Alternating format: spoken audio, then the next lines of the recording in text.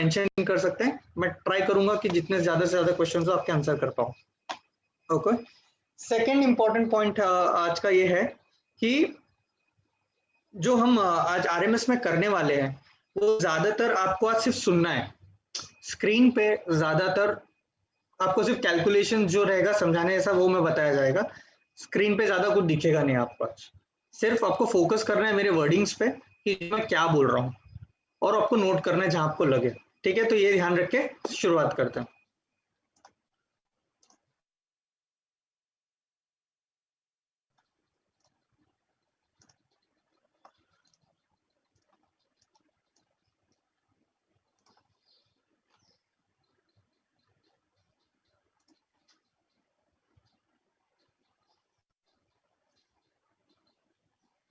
Done.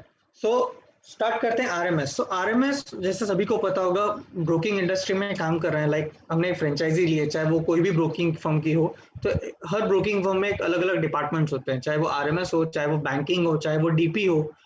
अपना अपना department का एक अस्तित्व है, राइट, सबका एक इंपॉर्टेंस है। तो हर डिपार्टमेंट अपना अपना काम एक्टिविटी करता है, तो जिसमें एक आरएमएस भी आता है। तो आरएमएस क्या मेजर रोल प्ले करता है ब्रोकिंग इंडस्ट्री में? तो अलग अलग टाइप की जो रिस्क रहती है वो मैनेज करती है, ये मुझसे बेहतर आप जानते होंगे। जैसे कि लाइक क्रेडिट रिस्क हो गया, मार्केट रिस्क हो गया, किसी कस्टम, बेसिक तो उनका मोटो यही रहता है कि क्लाइंट का जो है, इन्वेस्टर्स का जो रिस्क है वो कम से कम हो सके, या मिनिमम से मिनिमम लॉस क्लाइंट्स को हम मतलब कम करा सके। दैट इज इन्वेस्टर्स का रिस्क को प्रोटेक्ट करना, ये बेसिकली आरएमएस का काम रहता है। ठीक है, तो अलग अलग टाइप की मार्केट में रिस्क रहती है, तो इसी के लिए आरएमएस इंपॉर्टेंट है। ठीक है, तो हम पहला टॉपिक स्टार्ट करते हैं आरएमएस में, दैट इज लिमिट सेटिंग। तो लिमिट सेटिंग होता क्या है? लिमिट सेटिंग, जैसे आपने वर्डिंग सुना होगा भी, क्लाइंट का जो पैसा पड़ा हुआ है उस पर 5 टाइम लिमिट दे दो, 10 टाइम लिमिट दे दो। सो ये बेसिकली क्या है लिमिट? जो मल्टीप्लायर्स जो आप बोलते हैं, ये बेसिकली इसको बोलते हैं लिमिट। तो ये जो लिमिट हम जो आरएमएस टीम देती है वो किस पे देती है? वो देती है बेस कैपिटल पे। किस पे देती है? बेस कैपिटल पे। और अब बेस कैपिटल क्या होता है? जब क्लाइंट का जो लेजर बैलेंस है, क्लाइंट का जो लेजर बैलेंस है और उनका जो स्टॉक्स है, जो वो प्लेज करके जो उनका आफ्टर हैकट वैल्यू आता है, उस पे उनका बेस कैपिटल क्रिएट होता है। तो let me just right it on the screen, जिसको हम बोल सकते हैं आपका कैश, नॉन कैश। ये हो गया आपका बेस कैपिटल। ओके, तो बेसिकली आपका कैश में क्या आएगा? आपका बेसिकली क्लाइंट का जो लेजर बैलेंस रहेगा उनके लेजर में, जो उनका लेजर बैलेंस रहेगा वो। आपका नॉन कैश क्या आएगा? आपका स्टॉक्स। क्लाइंट के डीमैट अकाउंट, पहले क्या होता था कि क्लाइंट के डीमैट अकाउंट में स्टॉक्स रहते थे, और डीमैट अकाउंट में स्टॉक्स जैसे कि 2020 में सितंबर महीने के पहले, जब ये नियम लागू नहीं हुआ अपना मार्जिन प्लेज का और कैश मार्जिन रिपोर्टिंग, इसके पहले क्या होता था कि क्लाइंट के डीमैट अकाउंट में जो स्टॉक्स जो थे, गाइज मैं एक कमेंट करना चाहूंगा, जो चैट पे जो भी मेंशन कर रहे हैं प्लीज वो बाद में करिएगा, बिकॉज ये वर्डिंग्स पे ध्यान दीजिए। अगर वर्डिंग्स नहीं समझेगा, आपको कॉन्सेप्ट नहीं समझेगा। हर टॉपिक इंटरकनेक्टेड है, so it's a humble request. ठीक है, प्लीज वर्डिंग्स पे ध्यान दीजिए। अब आता है कैश और नॉन कैश। तो नॉन कैश में क्या था कि पहले क्लाइंट के डीमैट अकाउंट में स्टॉक्स हुआ करते थे। अभी उन्हें स्टॉक्स के अगेंस्ट, मतलब सपोज 1 लाख, एक क्लाइंट के अकाउंट में 1 लाख के स्टॉक्स पड़े हुए हैं, अब वो 1 लाख के अगेंस्ट में उनको कोई लिमिट चाहिए, तो हम वो स्टॉक्स के अगेंस्ट लिमिट दे देते हैं। बट ये सितंबर 2020 के बाद से बंद हो गया। ये सितंबर 2020 के बाद से बंद हो गया, जब से मार्जिन प्लेज का कॉन्सेप्ट आया। मार्जिन प्लेज मतलब क्या? प्लेज मतलब क्या? इट्स लाइक अ गिरवी रखना। इट्स लाइक गिरवी रखना।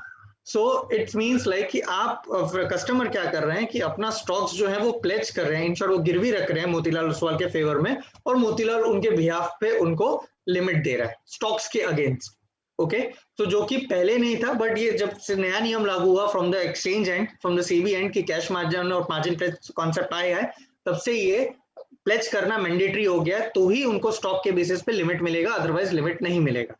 सो लिमिट किस पे मिलता है? उनके बेस कैपिटल पे, विच कंप्राइजेज ऑफ, जिसमें दो चीज आती हैं, उनका क्लाइंट का खुद का लेजर बैलेंस और उनका non cash, which is nothing but your client का स्टॉक। दैट टू अगर वो प्लेज है तो उनको बेनिफिट मिलेगा, अदरवाइज कोई बेनिफिट नहीं मिलेगा। ये फर्स्ट पॉइंट, अपना कॉन्सेप्ट क्लियर है। सेकेंड पॉइंट, हमने ये देखा अभी तक कि लिमिट किस पे मिलता है। अब हम ये चेक करेंगे कितना मिलता है। ओके, लिमिट कितना मिलता है। हर एक कस्टमर को मोतीलाल में कैटेगराइज किया हुआ है बास्केट के थ्रू। बास्केट मतलब जैसे कि एग्जांपल B1, B5, B100, ये क्या है? ये बास्केट है। दैट मीन्स अगर वो कस्टमर B5 में मैप दे मतलब उसको 5 टाइम्स का लिमिट जाएगा। B100 में मैप है मतलब 1 टाइम का लिमिट जाएगा। B1 में मैप B2 में मैप दे मतलब 2 टाइम्स का लिमिट जाएगा। मतलब हर एक कस्टमर को कैटेगराइज किया हुआ है अलग अलग बास्केट में। बट स्टैंडर्ड में जो बता रहा हूँ आपको, जो स्टैंडर्ड जो नया नया कस्टमर आता है, सबसे पहले हम उनको डिफॉल्ट 5 टाइम्स का लिमिट देते हैं कैश मार्केट में। ओके, डिफॉल्ट वो कस्टमर को जब आता है, नया ज्वाइन करता है, हम B5 बास्केट में रखते हैं। B5 मतलब 5 टाइम्स का लिमिट जाएगा जो भी उनका ये बेस कैपिटल रहेगा। सपोज ये दोनों मिला के 1 लाख रुपया उनके पास, कैश और नॉन कैश मिला के, तो 1 लाख पे 5 टाइम का लिमिट जाएगा कैश मार्केट में। बट यही चीज अगर वो कमोडिटी करेंसी F&O की बात करें तो उसमें डिफॉल्ट 1 टाइम लिमिट सेट है। मतलब जितना पैसा है उतने का ही वो ट्रेड कर पाएंगे, एडिशनल लिमिट उनको नहीं दी जाएगी। So that is default 1 time. Okay, तो ये स्टैंडर्ड है। बट बाद में डिपेंड अपॉन जैसा उनका ट्रेडिंग पैटर्न है, कितना उनका लॉस है, उसके हिसाब से फिर RMS चेंज करते रहता है। कभी उन्हें B100 में मैप कर देता है, कभी B4 में मैप करता है, पर starting default 5 times of fix रहेगा उनके बेस कैपिटल पे। ठीक है, अब इसमें एक पॉइंट ऐड करना चाहूंगा, जो मैंने मार्जिन प्लेज का कॉन्सेप्ट बताया। तो मार्जिन प्लेज कैसे करना है, किसी का क्वेश्चन ये भी आएगा, तो ध्यान दीजिएगा कि अगर किसी क्लाइंट आके बोलता है मार्जिन प्लेज करने के लिए, तो आपको आपके टर्मिनल का यूज करना है। टर्मिनल में आपको एक ऑप्शन दिया हुआ है शेयर एलोकेशन का। ओके, या फिर अगर आप उनकी होल्डिंग रिपोर्ट खोलेंगे तो वहां पे राइट हैंड साइड कॉर्नर पे भी आपको ऑप्शन दिया गया है एलोकेट शेयर्स फॉर सेलिंग करके। तो वहां से जाके आप मार्जिन प्लेज के लिए अप्लाई कर सकते हैं।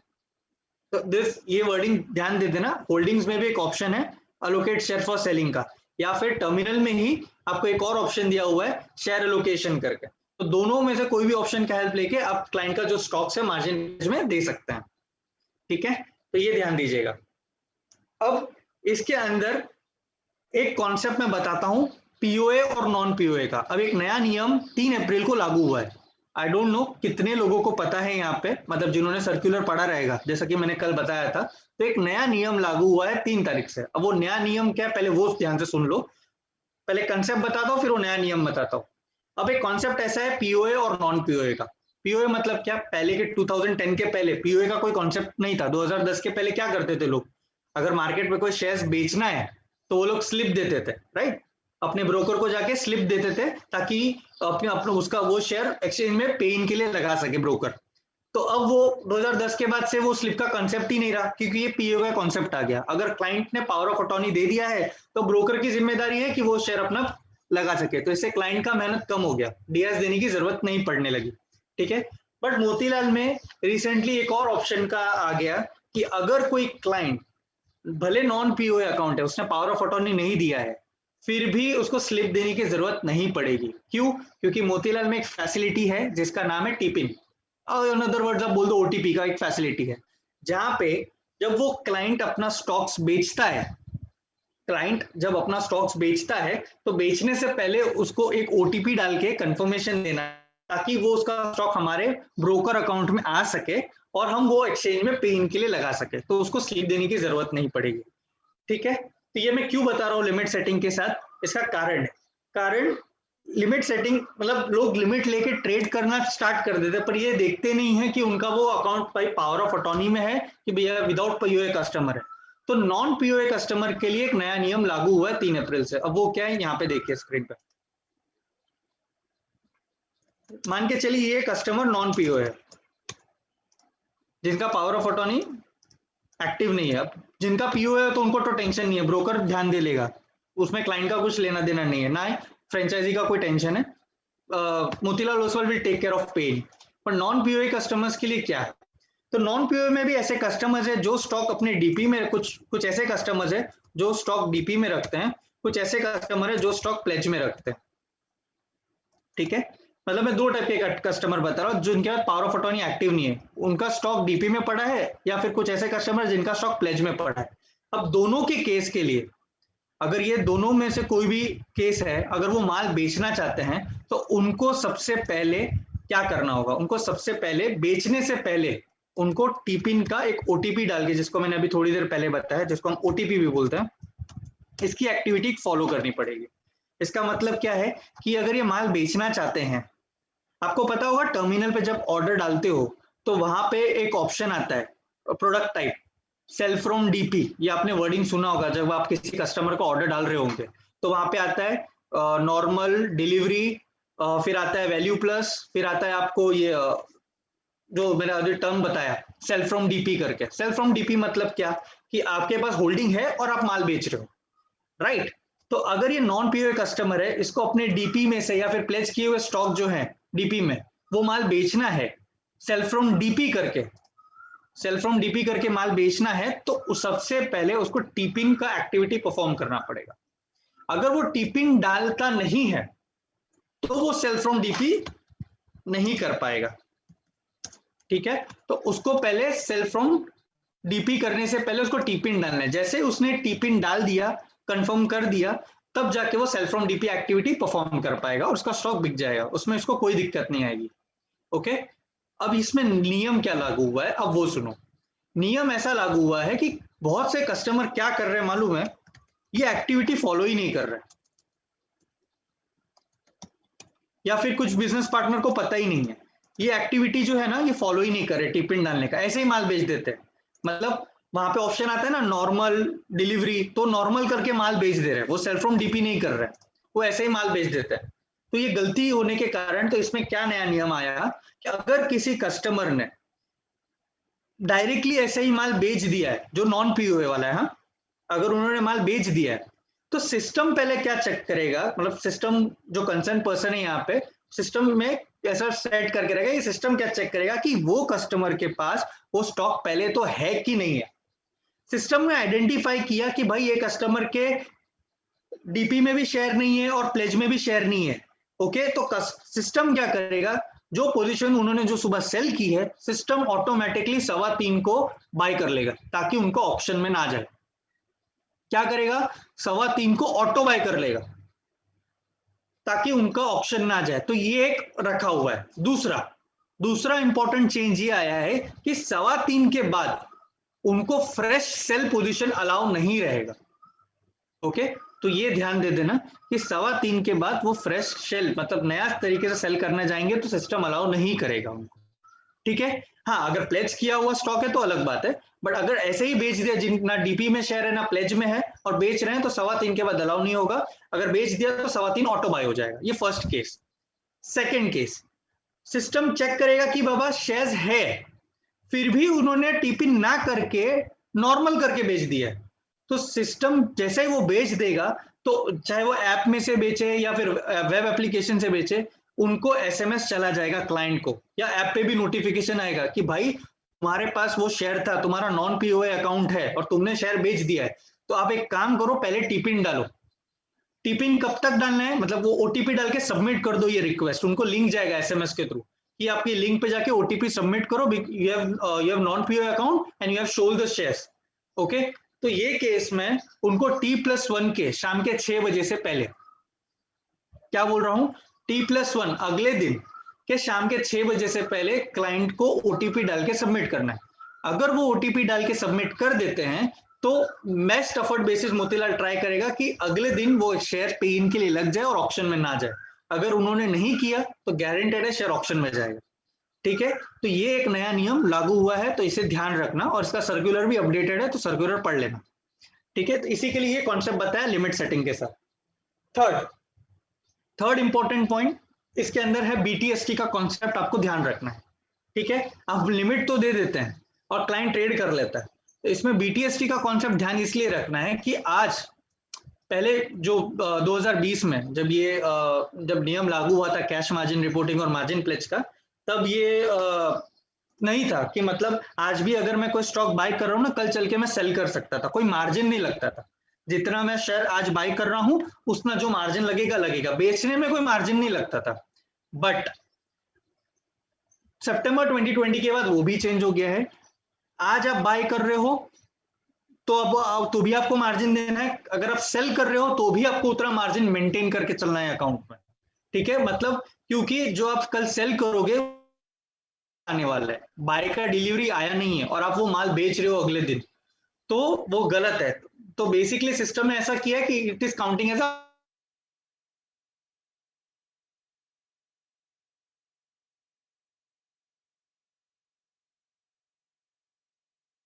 कि मैंने ये कहा आपसे कि दोनों जगह मार्जिन एप्लीकेबल है, बाइंग पे भी और सेलिंग पे भी।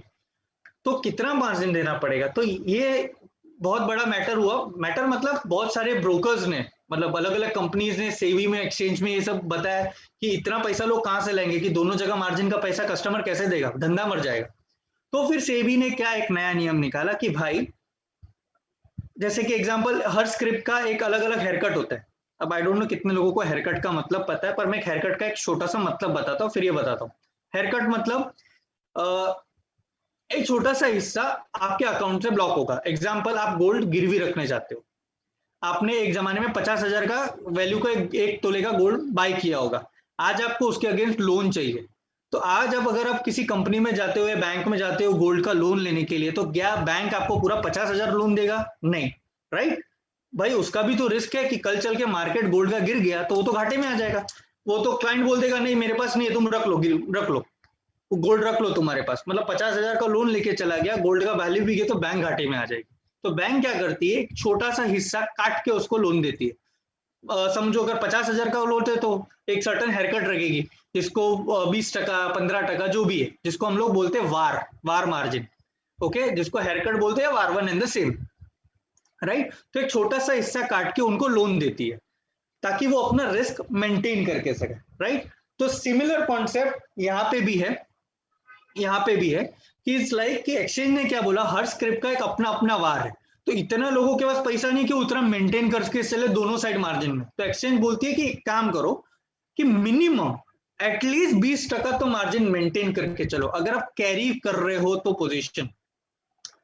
रिपीट करता हूं मेरा सेंटेंस, कि आज कैश मार्केट में अगर मैं कोई स्क्रिप्ट परचेस करता हूं, चाहे वो रिलायंस हो, इन्फोसिस हो, 40%, 50% हेयरकट रखना किसी के पास ताकत नहीं, इतना कस्टमर के पास एचएनआई होंगे तो अलग बात है।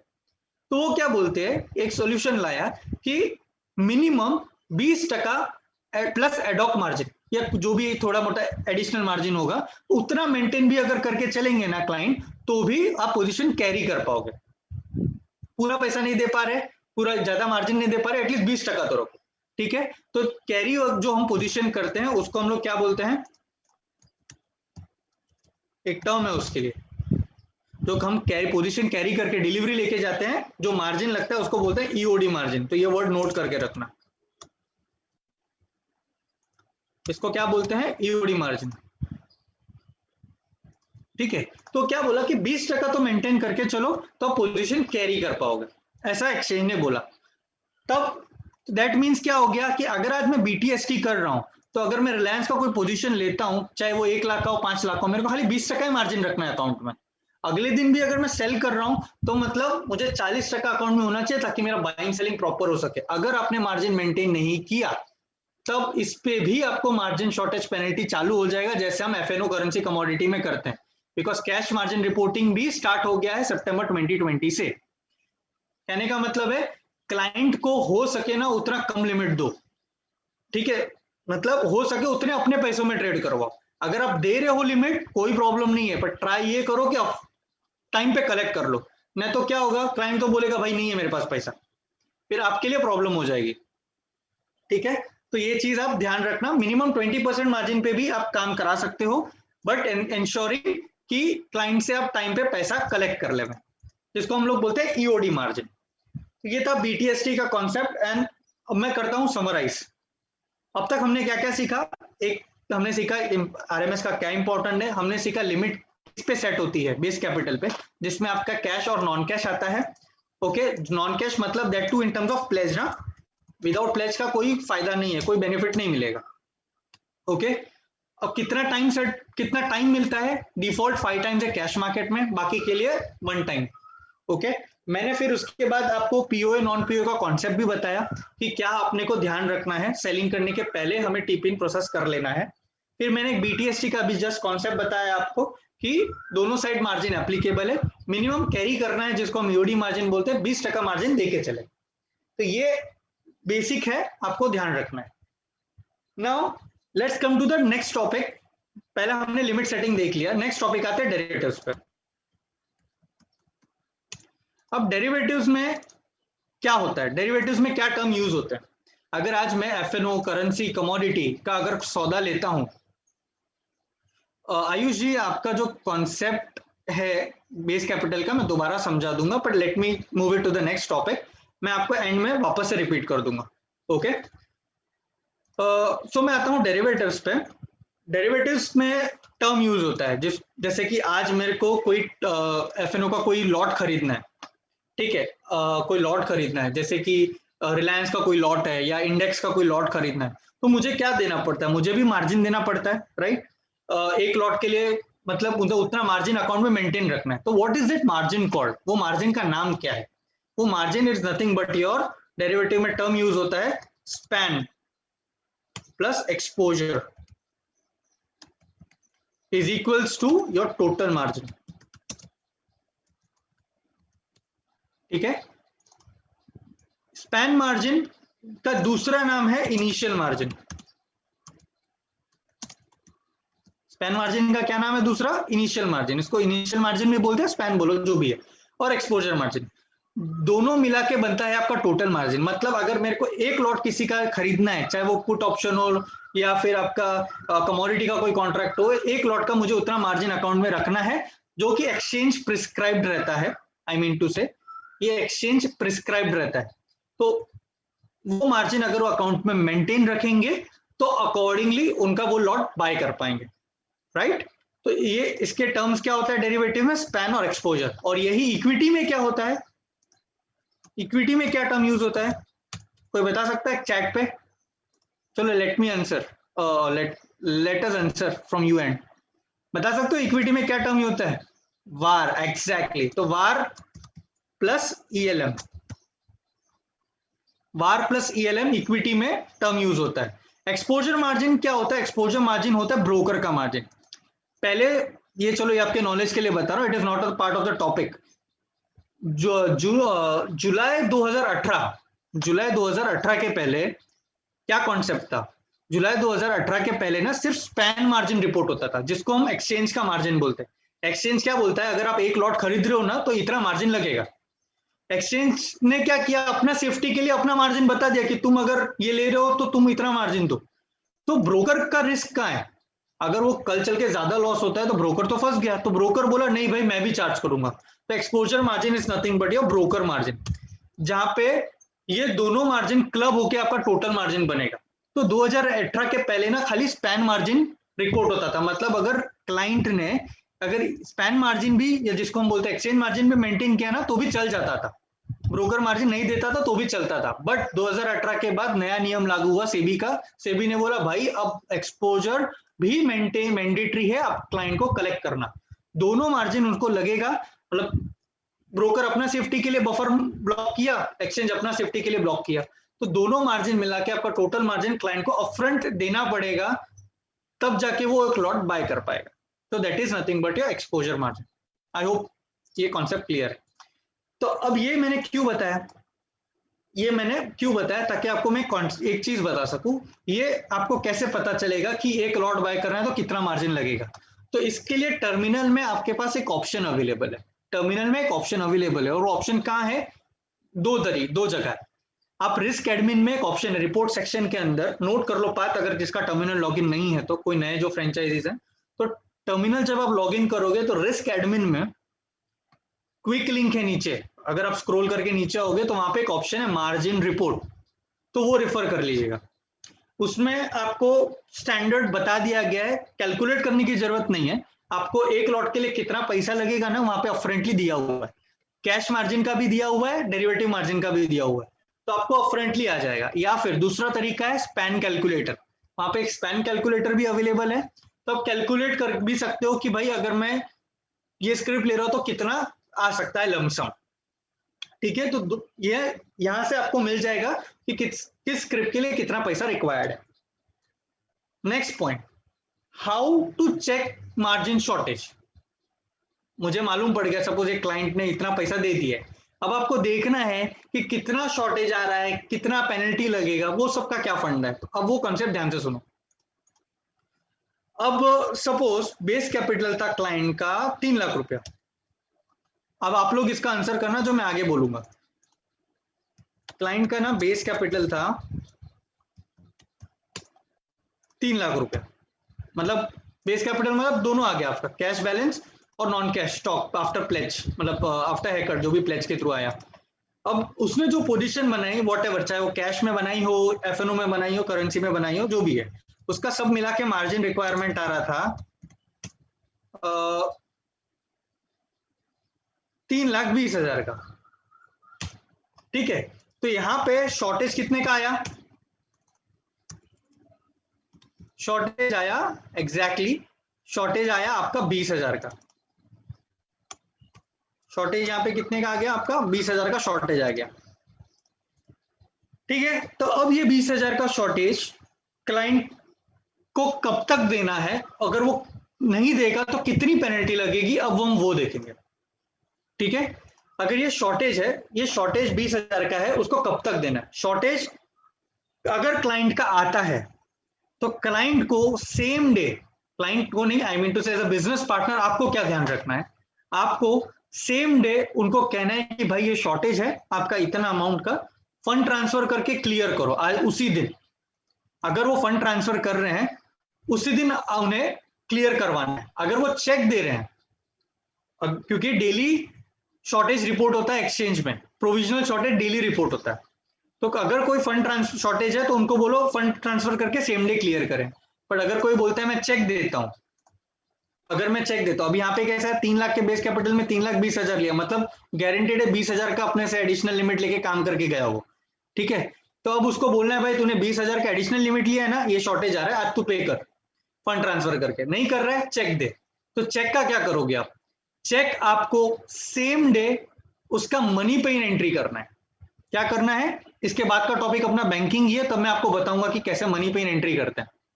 ठीक है, तो सेम डे क्लाइंट का चेक लेके हमें मनी पे इन एंट्री करना है सिस्टम में, और T+1 में फर्स्ट कट ऑफ से पहले आपको चेक डिपॉजिट करना है।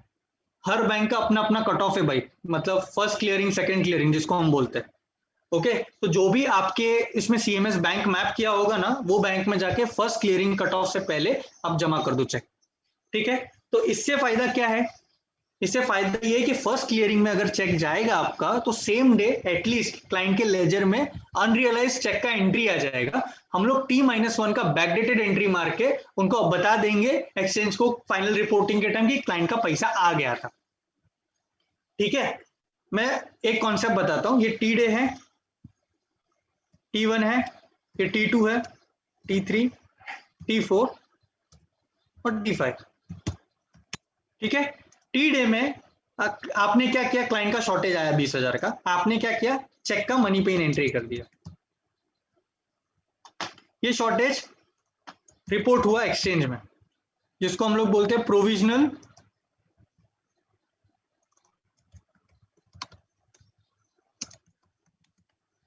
शॉर्टेज। हमने एक्सचेंज में रिपोर्ट कर दिया कि भाई ये क्लाइंट का शॉर्टेज था, ये टाइम पे क्लाइंट के पास अवेलेबल नहीं था ये 20,000 रुपया। T1 की बात कर रहा हूँ, टी डे में। अब क्या किया? T1 में क्लाइंट ने चेक दे दिया और आपने इसका मनी पे इन एंट्री कर दिया। T1 में अगले दिन जाके आप क्या कर रहे हो? अगले दिन जाके आप चेक डिपॉजिट कर रहे हो बैंक में, फर्स्ट कट ऑफ में, बराबर टाइम पे फर्स्ट क्लियरिंग कट ऑफ में बैंक में जाके डिपॉजिट कर रहे हो। तो सेम डे क्लाइंट के लेजर में क्या होगा मालूम है? एक शेडो एंट्री आ जाएगी, जिसको हम लोग बोलते हैं अनरियलाइज्ड एंट्री आ जाएगी कि क्लाइंट का चेक आया है। तो क्लाइंट के लेजर में जब पैसा आएगा ना, क्लाइंट के लेजर में जब ये चेक का पैसा रियलाइज होगा ना, तो हम क्या करेंगे? T-1 की, मतलब टी डे के डेट का एंट्री दिखा देंगे उनको। टी डेट के डेट का हम एंट्री दिखा देंगे लेजर में, जिसको हम बोल सकते हैं T-1। इन शॉर्ट एंट्री दिखा देंगे कि अमाउंट भले वो अनरियलाइज है पर एंट्री दिखा देंगे। इसके फायदा क्या है कि 2 दिन में तो चेक क्लियर हो ही जाने वाला है अगर बाउंस नहीं हुआ तो। फाइनल रिपोर्टिंग हम, ये प्रोविजनल जो रिपोर्टिंग है हम करते हैं एवरी डे। फाइनल रिपोर्टिंग जब हम करेंगे तब तक क्लाइंट का चेक का पैसा आ चुका होगा, तब एक्सचेंज को चला जाएगा कि इसका पैसा आ गया और उसको शॉर्टेज पेनल्टी नहीं लगेगी। ठीक है, डेली बेसिस पे रिपोर्टिंग होता है, पर फाइनल रिपोर्टिंग 5th डे पे होता है। अगर ये सेकंड कट ऑफ में पैसा चला गया होता ना, तो गारंटेड है उसको 1 दिन का शॉर्टेज आ गया होता, बिकॉज सेकंड क्लियरिंग में जाएगा तो 2 में इसका अगले दिन उसका पैसा आता और हम T-1 का ये डेट का मारते, तो इसको एक दिन का एंट्री लग जाता था। तो ये चीज ध्यान देना है कि पैसा ट्रांसफर कर रहा है तो बहुत अच्छा, चेक दे रहा है तो आपको ध्यान देना है कि फर्स्ट कट ऑफ में जाके आप डिपॉजिट करो, तब जाके इसको शॉर्टेज का जो पेनल्टी है वो नहीं लगेगा। ठीक है, अब अगर सपोज शॉर्टेज जाता है, पैसा नहीं देता, तो कितना % पेनल्टी लगेगा, तो ये रहा स्क्रीन, फोटो ले लो या लिख लो, जो भी आपको कंफर्टेबल लगे। ये पेनल्टी का स्ट्रक्चर है, ये पेनल्टी का स्ट्रक्चर है। बैंकिंग का मधुर भाई कट ऑफ टाइम अलग अलग रहता है, हर बैंक का अलग अलग है। HDFC, ICICI किसी का 10 है, किसी का 11 है। तो जो आपका CMS बैंक मैप है ना, वो बैंक से एक बार कंफर्म कर लो कि आपका कट ऑफ कितना है। ठीक है, तो ये पेनल्टी का क्राइटेरिया है। तो एक बार खाली ध्यान दे देना कि अगर शॉर्टेज 1 लाख से कम है तो 0.5 लगेगा, शॉर्टेज 1 लाख से ज्यादा है तो 1, अगर 3 बार कंसेक्यूटिव शॉर्टेज आया महीने में तो चौथे बार से सीधा 5% पेनल्टी मारेंगे। बट बीच में एक लाइन और है, ये सब ये पढ़ते, बट ये लाइन कोई नहीं पढ़ता। शॉर्टेज 1 लाख से कम है तो मैं 0.5 बता रहा हूं, बट यहाँ पे एक चीज और दी गई है कि भले शॉर्टेज 1 लाख से कम है, ओके, बट अगर 10% ऑफ द टोटल मार्जिन से अगर ज्यादा रहेगी ना, तो मैं इसको 0.5 ना मार के 1 मारूंगा, मतलब 1% पेनल्टी मारूंगा। तो अब ये क्या चीज है, तो अब मैं आपको समझाता हूं, यहाँ पे देखो। ठीक है, अब ये शॉर्टेज कितना है, 1 लाख से कम है, तो आप बोलोगे शॉर्टेज 1 लाख से कम है तो इसको 0.5% आएगा, बराबर, यही कंडीशन है ना। तो मेरे हिसाब से तो इसको 0.5 आना चाहिए था, मतलब एज पर जो रूल है उसके हिसाब से 0.5% पेनल्टी आनी चाहिए थी, बट नहीं। हम दूसरा कंडीशन भी चेक करेंगे, भले शॉर्टेज 1 लाख से कम है but more than 10% of the total margin. तो टोटल मार्जिन कितना रिक्वायर्ड है इसका, 3,20,000। 3,20,000 का 10% कितना हुआ, 3,20,000 का 10% कितना हुआ, बताओ। चलो मैं ही कैलकुलेट कर लेता हूँ, 32,000 समथिंग, राइट। तो 32,000 यहाँ पे आता है, इसका टोटल मार्जिन है। अब आप कंडीशन दोबारा पढ़ो, अब आप ये कंडीशन दोबारा पढ़िए। कंडीशन क्या बोल रहा है,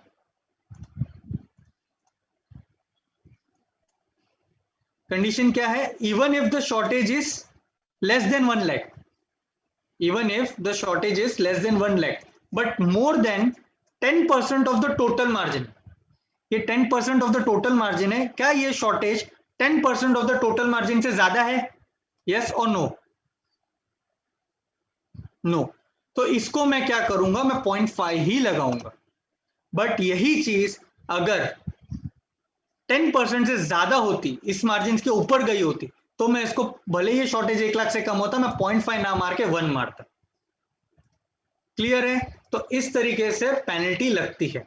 तो पेनल्टी ऐसा नहीं है कि आपको सेम डे लग जाएगा, आपने नहीं पिया तो ये आपको अगले हफ्ते लगेगा। अगर आज ये मार्जिन शॉर्टेज उसने नहीं क्लियर किया, सेकंड कट ऑफ में चेक गया, तो इसका ये मतलब नहीं है कि उसको हम उसी दिन पेनल्टी मार देंगे। आज के पोजीशन का नेक्स्ट वीक फाइनल रिपोर्टिंग जब एक्सचेंज में हो जाने के बाद हम देखेंगे कि पैसा आ गया था कि नहीं आया है, तब जाके उसको पेनल्टी मारेंगे। ठीक है, तो अभी हमने क्या देखा कि शॉर्टेज कैसे आता है, कितना परसेंटेज पेनल्टी लगता है और कब तक पे करना है, वो हमने देखा। अब हम देखेंगे कि भाई दिखता कहां पर। नेक्स्ट क्वेश्चन है, आपके दिमाग में आएगा कि भाई ये शॉर्टेज है तो मुझे देखना क्या है, मुझे कैसा पता चलेगा कि ये क्लाइंट का शॉर्टेज है। तो 2 तरीके हैं शॉर्टेज देखने के, लाइव देखना है शॉर्टेज, तो भाई उसके लिए एक ऑप्शन है रिस्क लैब बना हुआ, जो कि 7 to 8 मिनट्स का गैप है उसमें, और वो लाइव दिखता है आपको। रिस्क लैब करके एक सॉफ्टवेयर है, ओके, जो कि बिजॉप्स में अवेलेबल है और आपके टर्मिनल पे भी अवेलेबल है, रिस्क एडमिन के नीचे रिपोर्ट सेक्शन में, मैं पाथ बता दे रहा हूँ, नोट कर लो। तो वहां से आप जाके लाइव देख सकते हो। बट बैकडेटेड कभी किसी का देखना है या आज ही का शॉर्टेज आपको कल देखना है, तो वो शॉर्टेज आप कहां से देखोगे, तो शॉर्टेज आपको मिल जाएगा सीबॉस से। तो let me just log in.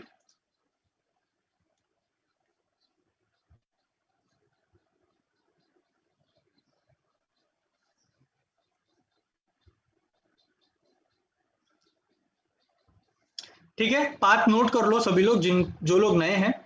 Path available है ऑपरेशंस के अंदर, कोलैटरल एंड मार्जिन रिपोर्ट्स में शॉर्ट मार्जिन पेनल्टी रिपोर्ट और combined margin report. I repeat, report में ये दो रिपोर्ट इंपॉर्टेंट है, शॉर्ट मार्जिन पेनल्टी रिपोर्ट और कंबाइंड मार्जिन रिपोर्ट।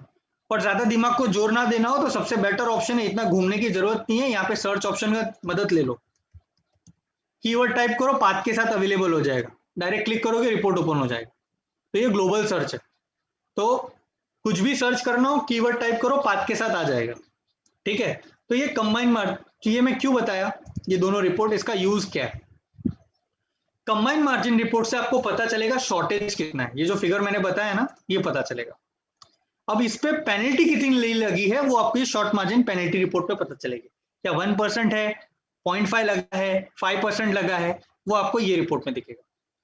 ठीक है, कंबाइंड मार्जिन रिपोर्ट में आपको कितना शॉर्टेज है और वो शॉर्टेज पे कितना परसेंट पेनल्टी लगा है वो यहाँ पे आपको आएगा। तो ये दोनों रिपोर्ट का ये यूज है। तो मैं आपको एक बार जस्ट छोटा सा समरी दे देता हूँ, not going depth, but yes ये रिपोर्ट का यूज क्या है, कैसे देखना है। अब जिस डेट का शॉर्टेज देख रहे हो वो डेट डालिए, क्लाइंट का कोड डालिए और व्यू कर लीजिए, सिंपल। अब यहाँ पे आपको पता चलेगा कौन से कॉलम इंपॉर्टेंट है। तो इसका ट्रेनिंग मटेरियल अवेलेबल है कस्टमर सर्विस पेज पे, ये ऑपरेशंस का। तो जो लोग ये ट्रेनिंग मटेरियल जो मैंने कल बताया था अगर रेफर करेंगे तो ये रिपोर्ट को कैसे समझना है ना आपको इजीली पता चल जाएगा। ओके, फिर भी मैं कोशिश करता हूँ अच्छे से समझाने के लिए। फर्स्ट है आपका लेजर बैलेंस, ये जो वर्डिंग याद रखना, ये बेस कैपिटल आपका। ठीक है, तो बेस कैपिटल में क्या क्या आता है, आपका लेजर बैलेंस, आपका नॉन कैश कोलेटरल जो कि आपका स्टॉक आफ्टर जो प्लेज में रखा हुआ है, तो ये पूरा बना के हो गया। हाँ, अगर एफडी वगैरह भी होगा तो ये सब पूरा बेस कैपिटल में आ जाएगा। ओके, अब जिसको आपका ये यहां तक कि आपका बेस कैपिटल हो गया। अब आप देखिए margin shortage for reporting to avoid penalty, ये है आपका मार्जिन रिक्वायरमेंट जो मैंने ये बताया, मार्जिन रिक्वायरमेंट। तो आपको यहां पे दिख जाएगा, अगर आपका मार्जिन रिक्वायरमेंट ज्यादा है आपके बेस कैपिटल से तो भाई आपको शॉर्टेज में यहां पे दिख के आ जाएगा। ये टोटल मार्जिन फॉर रिपोर्ट मैं रिपीट कर देता हूं, ये आपका बेस कैपिटल है, ये total margin for reporting that is nothing your margin requirement.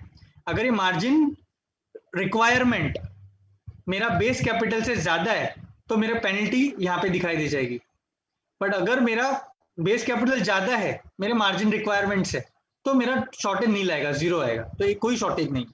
तो आपको ऐसा देखना है, क्लियर है। तो यहां से आप देख पाओगे जो भी शॉर्टेज आपको यहाँ पे दिखेगा आपको मेक श्योर करना है कि वो शॉर्टेज अगर के साथ कोई M2M आता है, मार्क टू मार्केट, वो भी आप कलेक्ट कर लो सेम डे। अगर कोई चेक दे रहा है या फंड ट्रांसफर कर रहा है तो शॉर्टेज के साथ साथ M2M भी कलेक्ट कर लो, कि अगर M2M नहीं देगा तो भी पेनल्टी आएगा 1%, 0.5% या 5% जो भी है। अब कितनी परसेंट पेनल्टी लगेगी उसका रिपोर्ट आपके यहाँ पे अवेलेबल है, शॉर्ट मार्जिन पेनल्टी रिपोर्ट। तो यहाँ आप जाके व्यू करोगे तो आपको कॉन्सेप्चुअली पता चलेगा कि कितना परसेंट यहाँ पे पेनल्टी है। तो आपको अगर लाइव देखना है, किसी ने पूछा है कि can you show with client code, चलो आपके लिए वो भी कर लेते हैं, जस्ट अ सेकेंड। एक कोड में आपको यहाँ पे देख के दिखाता हूँ।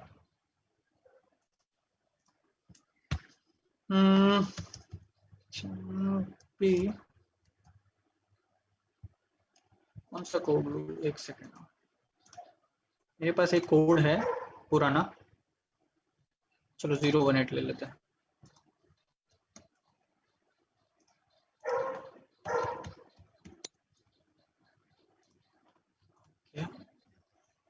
HPM, ठीक है। तो ये कोड है, सपोज हम बैकडेटेड जैसे कि चलो 1 जनवरी का ही देख लेते, कुछ कोई ट्रांजैक्शन है क्या इनके अकाउंट में, व्यू करते हैं।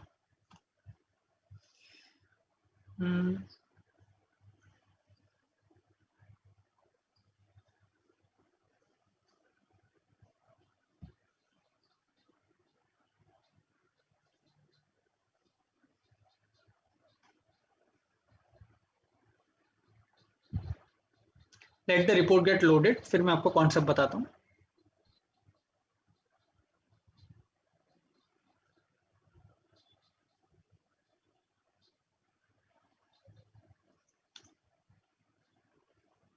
ये देखिए, क्लाइंट का 1 तारीख का ट्रेड था, 1 तारीख के दिन उनका लेजर बैलेंस कितना था? 3,72,000। स्टॉक जो कि प्लेज में थे उनके, उनका कुछ 9,92,000, मतलब सब ना 3 लाख इधर हो गया, 9 लाख इधर हो गया, 9 2 3 13, लमसम समझ लो मोटा मोटी 13 लाख रुपए का इसके पास कैश बेस कैपिटल अवेलेबल है। ठीक है, टोटल मार्जिन फॉर रिपोर्टिंग कितना रिक्वायरमेंट था? 8,51,000 के सामने इनके पास 13 लाख रुपया पड़े हुए भाई, तो शॉर्टेज आएगा क्या? नहीं, तो इसी के लिए यहाँ पे जीरो है। ठीक है, अगर ये ज्यादा फिगर रहता और ये कम रहता ना, तो माइनस करके जो अमाउंट आता उनको पे करना पड़ जाता, अलॉन्ग विथ M2M, जो भी उनका मार्क टू मार्केट आएगा उस दिन का लॉस, वो भी उनको देना पड़ता। कब तक देना पड़ता वो मैंने आपको ऑलरेडी बता दिया, सेम डे फंड ट्रांसफर करके, नहीं तो अगले दिन चेक देके फर्स्ट कट ऑफ में जाना चाहिए। ठीक है, तो यहां से आपको देखना है अब ये चीज पे कितना परसेंट अगर शॉर्टेज आता है तो इसमें कितनी पेनल्टी लगती है, तो आप यहाँ पे जाके देखो शॉर्ट मार्जिन पेनल्टी रिपोर्ट में। पॉजिटिव M2M कभी नहीं आता, M2M आएगा तो हमेशा नेगेटिव ही आएगा। प्रॉफिट, हाँ M2M अगर प्रॉफिट है तो वहां पे वो दिखेगा ही नहीं, वहां जो भी फिगर आ रहा है वो नेगेटिव ही आ रहा है।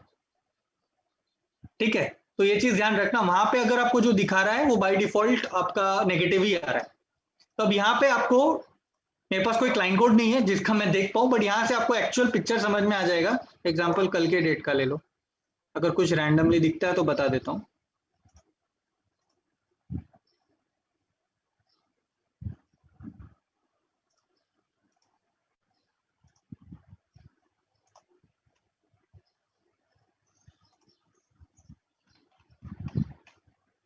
ये रिपोर्ट से आपको पेनल्टी का परसेंटेज भी मिल जाएगा, और आपको ये भी पता चलेगा कि ये जो पेनल्टी का फिगर आ रहा है अलॉन्ग विद GST, ये लेजर में पोस्टिंग हुआ है कि नहीं हुआ है, क्योंकि लेजर में पोस्टिंग हमेशा 5th डे के बाद, फाइनल रिपोर्टिंग होने के बाद एक्सचेंज में पोस्टिंग होगी, तो ये चीज ध्यान रखना।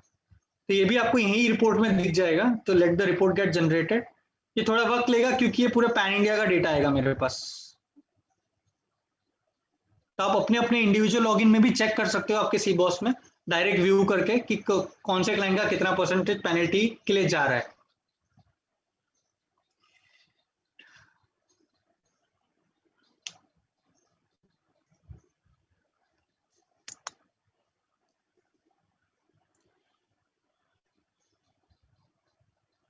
अब्दुल भाई, मैं पीक मार्जिन पे आया नहीं हूँ, वो भी आएगा। लास्ट लास्ट टॉपिक मेरा पीक मार्जिन है, उसके लिए तो मैंने सेपरेट टाइम दिया हुआ है बताता हूँ, उसके भी बारे में बताता हूँ।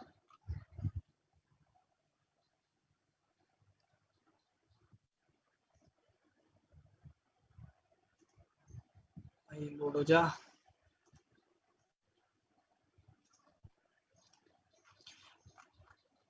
और हाँ, जस्ट ये देखिए एग्जाम्पल, अब ये कोड देख लो, ये कोड का शॉर्टेज अमाउंट आपको वहां से मिल गया, इस पे इसको 0.5% पेनल्टी लगी है और 1 रुपया पेनल्टी आ रहा है और GST इतना है। अब ये पोस्टिंग देखो, पोस्टिंग एन दिखा रहा है, एन मतलब पोस्ट नहीं हुआ है। अगर इसने शॉर्टफॉल टाइम पे क्लियर कर दिया ना, तो अगले हफ्ते लेजर में पोस्टिंग नहीं आएगी। अगर सपोज उसने नहीं किया, तो यहाँ पे ना वाई करके आ जाएगा, दैट मीन्स लेजर में एक्चुअल शॉर्टेज पेनल्टी पोस्ट हो चुकी है। तो ये आपको यहाँ पे दिखेगा कि वन टाइम है, कितना परसेंटेज उसको पेनल्टी लगा हुआ है, वगैरह वगैरह। ठीक है, तो यहां से आपको देखना है। Now coming to the next concept, Motilal में ना एक क्राइटेरिया है, मोतीलाल में एक क्राइटेरिया है। क्राइटेरिया क्या है वो ध्यान से सुन लो। क्राइटेरिया ये है कि क्लाइंट का जो भी मार्जिन रिक्वायरमेंट आता है, क्लाइंट का जो भी मार्जिन रिक्वायरमेंट आता है, वो उनको 50-50 के टर्म्स में मेंटेन करके चलना है। आई रिपीट, क्लाइंट का जो भी मार्जिन, जो पोजीशन वो बनाता है, जितनी मार्जिन रिक्वायरमेंट आती है, वो उसको 50-50 के टर्म्स में मेंटेन करके चलना है। 50% कैश, 50% नॉन कैश। ठीक है, अगर 3,20,000 का पोजीशन मार्जिन रिक्वायरमेंट है, तो मतलब 180 उसको कैश बैलेंस रखना होगा, 180 नॉन कैश रखना होगा। अगर ये मेंटेन नहीं है तो उसको क्या होगा? तो उसको लगेगा इंटरेस्ट। शॉर्ट पेनल्टी नहीं आएगी, पर उसको आएगा इंटरेस्ट। तो ये मोतीलाल का क्राइटेरिया है, ये आपको पता होना चाहिए, इसके लिए मैं बता दे रहा हूं, तो ध्यान रख के करना। इंटरेस्ट का स्टैंडर्ड परसेंटेज है जो आपको चार्ज होगा। ठीक है, अब ये एक बेटर अंडरस्टैंडिंग के लिए आपके सामने एक टेबल है, तो ये ध्यान से सुन लीजिएगा सब लोग। पहले क्लाइंट के केस वन देखिए। केस वन, पहला क्लाइंट के पास 1 लाख रुपए लेजर बैलेंस था, ठीक है। नॉन कैश उसके पास 50,000 था, तो बेस कैपिटल कितना हुआ मेरा? 1.5 लाख रुपया। 1.5 लाख के सामने 80,000 का रिक्वायरमेंट है, शॉर्टेज आएगा कि नहीं? हाँ या ना? नहीं। एब्सोल्युटली राइट कि भाई बफर मेंटेन है, तो फर्स्ट कंडीशन तो फुलफिल है। अब सेकंड देखना है कि भाई 50-50 का क्राइटेरिया मेंटेन है कि नहीं। मतलब 80,000 का रिक्वायरमेंट, 40 कैश होना चाहिए, 40 नॉन कैश होना चाहिए। 40 कैश से फुलफिल हो रहा है, 40 नॉन कैश से फुलफिल हो रहा है, तो इसमें उसको इंटरेस्ट चार्ज नहीं होगा, ठीक है। अब सेकंड केस देखते हैं। 25,000 का क्लेजर है, 5 लाख का कैश है, मतलब नॉन कैश है, तो मतलब 5.25 लाख के सामने 2 लाख का रिक्वायरमेंट है, तो बट ऑब्वियस शॉर्टेज तो नहीं आने वाला है। पर अब देखते हैं 50-50 का कंडीशन। 1 लाख कैश होना चाहिए, 1 लाख नॉन कैश होना चाहिए। 1 लाख नॉन कैश तो है पर कैश नहीं है, शॉर्ट जा रहा है 75,000 से, तो 75,000 पे उसको एक इंटरेस्ट चार्ज होगा, मतलब वो पर्टिकुलर डे का इंटरेस्ट चार्ज होगा। ओके, तो ये चीज ध्यान रखनी है आपको। Third case. थर्ड केस में let me check who all can answer. 3 lakh का प्योर लेजर है, मेरा वर्डिंग सुनो, प्योर लेजर है, होल्डिंग कुछ भी नहीं है, और 3 लाख का रिक्वायरमेंट है, तो बट ऑब्वियसली शॉर्टेज नहीं है। अब आप मुझे बताओ, 1.5 लाख कैश या 1.5 लाख नॉन कैश नहीं है, 1.5 लाख नॉन कैश तो नहीं है, तो क्या इसको इंटरेस्ट चार्ज होगा? ओके, तो जिन्होंने भी नो बोला है ना, वो एब्सोल्युटली राइट है। क्यों? क्योंकि पूरा का पूरा बंदा कैश दे रहा है, उसको 1 रुपए का इंटरेस्ट नहीं आएगा। नॉन कैश, अगर कैश नहीं है ना, तब जाके उसको गड़बड़ा जाएगा कि 50-50 का टाइम आएगा, बट यहां पे उसको 1 रुपए का इंटरेस्ट नहीं लगेगा क्योंकि बंदे ने पूरा पैसा कैश में दिया होगा, ठीक है। तो यहाँ पे उसको इंटरेस्ट नहीं आएगा। अब फोर्थ केस एकदम अपोजिट है, एक भी रुपया कैश नहीं है, पूरा का पूरा नॉन कैश है, रिक्वायरमेंट तो फुलफिल हो रहा है, बट 75 कैश चाहिए, 75 नॉन कैश चाहिए, तो 75 जो नॉन कैश नहीं रखा है ना, उस पर उसको एक दिन का इंटरेस्ट चार्ज हो जाएगा, ठीक है। तो ये चीज ध्यान रखना जो एमओएफएसएल का criteria. So this was the concept of derivatives. Now interest का जो परसेंटेज है अभी सभी लोगों को पता है। नॉन कैश बेसिकली आपका स्टॉक्स आफ्टर हेयर कट जो कि प्लेज में रहेगा, तो ओके। इंटरेस्ट का क्राइटेरिया आपका मैं डिटेल में एक्सप्लेन करूंगा जब हमारा परसों का सेशन होगा। कल तो अपना छुट्टी है, लाइक कल कोई फेस्टिवल है, यस आई बिलीव। सो जो है, तो परसों का जो सेशन है ना हमारा डीपी का और बैक ऑफिस रिपोर्ट्स का है, उसमें मैं डिटेल में इंटरेस्ट का क्राइटेरिया बताऊंगा कि मोतीलाल में क्या है, पर स्टैंडर्ड समझ के चलो 19.5%।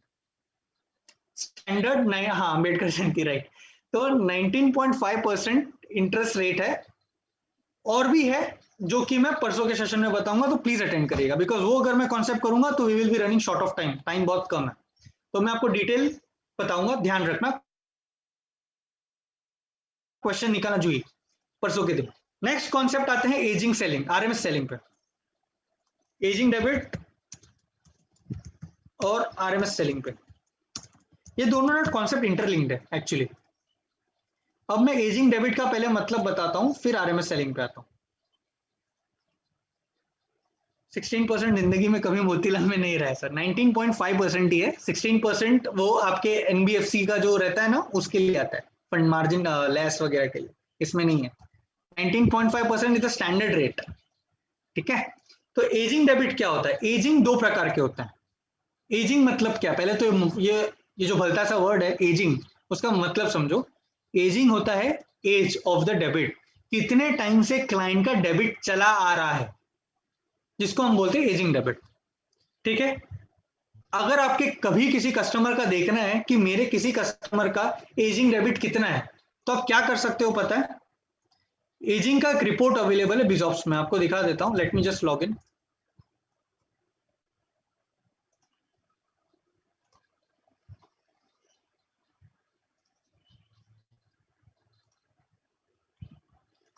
पार्टनर पोर्टल में जब आप लॉग इन करेंगे ना, तो मैं किसी हमारे बिजनेस पार्टनर का एक टेस्टिंग के लिए आपको जस्ट लाइव बता देता हूं।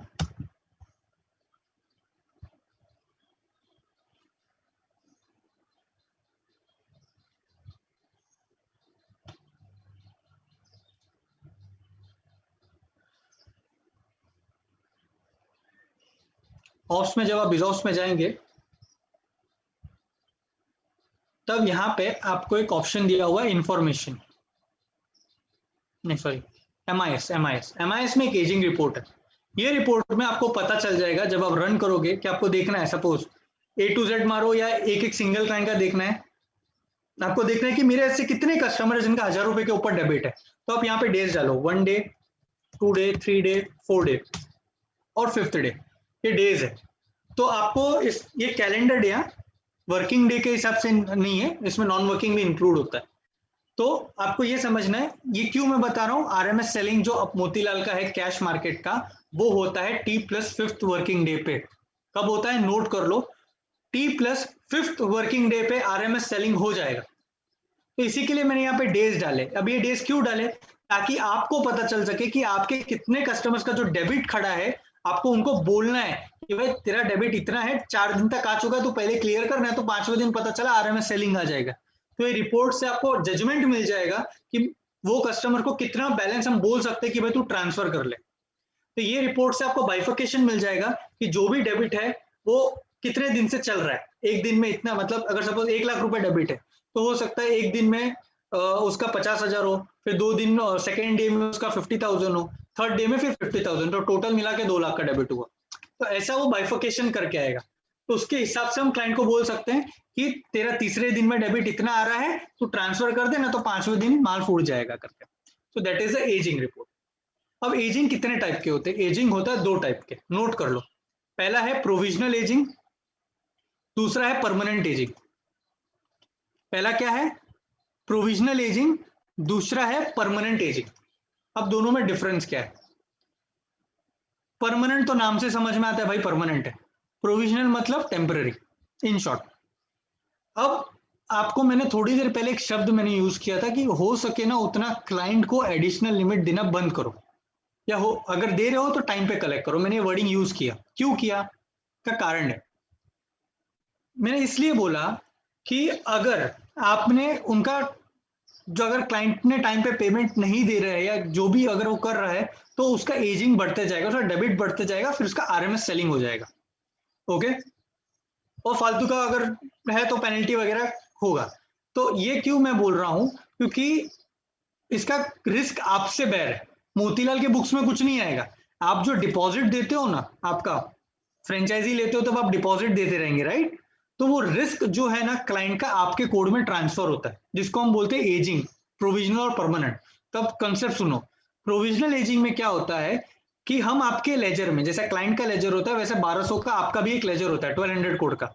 हम क्या करते हैं एवरी वीकेंड, मतलब हम आई मीन टू से Motilal Oswal, every weekend Saturday के दिन आपके लेजर में एक लाल कलर की एंट्री आ जाएगी, being combine risk of all the client transferred. मतलब अगर आपके अंदर 100 कस्टमर है और उसमें से 50 अकाउंट के अंदर डेबिट पड़ा हुआ है जो कि उन्होंने क्लियर नहीं किया है, तो मोतीलाल क्या करेगा, 50 कस्टमर का सबका डेबिट मिला के आपको एक लेजर में एंट्री दिखा देगा, लाल कलर के अंदर रेड लेटर में हाईलाइट रहेगा कि combine risk of all clients. इससे आपको ये पता चलना चाहिए कि भाई मेरे इतने सारे कस्टमर्स का पैसा कलेक्ट करना बाकी है। ये टेम्पररी एंट्री है, जैसे जैसे कस्टमर्स का पैसा आ जाएगा वो एंट्री गायब हो जाएगी, मतलब एंट्री दिखेगी नहीं आपको।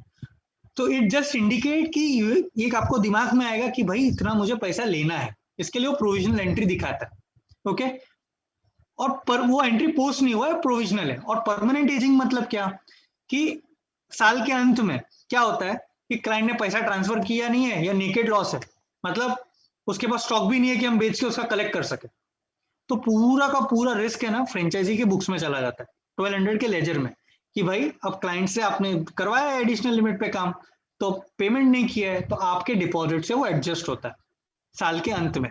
जब कभी भी क्लाइंट का पैसा आएगा फिर वो आपका अकाउंट सेटल किया जाएगा, मतलब फ्रेंचाइजी में क्रेडिट किया जाएगा। ओके, तो इसी के लिए कहा जाता है कि कम से कम आप वो दो लिमिट, ठीक है। तो ये कॉन्सेप्ट है आपका प्रोविजनल और परमानेंट एजिंग का। अब इसकी रिपोर्ट देखनी है तो रिपोर्ट सेक्शन में यहाँ पे अवेलेबल है प्रोविजनल एजिंग और परमानेंट एजिंग, इसका क्लाइंट का लिस्ट आपके इसमें अवेलेबल है। तो आपको ये चेक करते रहना है कि मेरे कितने कस्टमर्स का जो स्पेसिफिक है पैसा आना बाकी है जो आपने कलेक्ट नहीं किया और आप कलेक्ट कर लो टाइम। ठीक है, नहीं तो फिर वो आपकी बुक्स में आ जाएगा विच इज नॉट गुड, भाई आपका भी मेहनत का कमाई है। ठीक है, तो ये था एजिंग डेबिट। अब आते हैं आरएमएस सेलिंग पर। आरएमएस सेलिंग में जैसा मैंने बताया, आरएमएस सेलिंग मैंने क्या बोला, T+5 में होता है। तो एग्जांपल मान के चलो ये टी डे, अभी आपसे क्वेश्चन पूछूंगा, आंसर करना। ये T1 है, ये T2 है, ये T3, T4 और T5। तो मेरा वर्डिंग था ये वर्किंग डे पे होता है, T+5 वर्किंग डे पे आपका आरएमएस सेलिंग होता है, नॉन वर्किंग नहीं, इसमें सैटरडे संडे नहीं आता। ठीक है ना, तो ये वर्किंग डे पे सेलिंग होता है। ठीक है, तो ये रहा मेरा, सपोज मैंने मंडे के दिन मैंने मान लिया, ट्यूसडे, वेडनेसडे, थर्सडे, फ्राइडे। अब ये आएगा आपका वापस से मंडे, सैटरडे संडे इसमें नहीं आएगा। ठीक है, तो टी डे में सपोज क्लाइंट ने आपसे 1 लाख रुपए का डेबिट में माल खरीदा, मतलब लिमिट पे माल खरीदा। अब मेरा क्वेश्चन सुनो, क्लाइंट का जो 1 लाख रुपए का डेबिट आया है, क्लाइंट को कब तक देना है एज पर द पॉलिसी, कोई बता सकता है?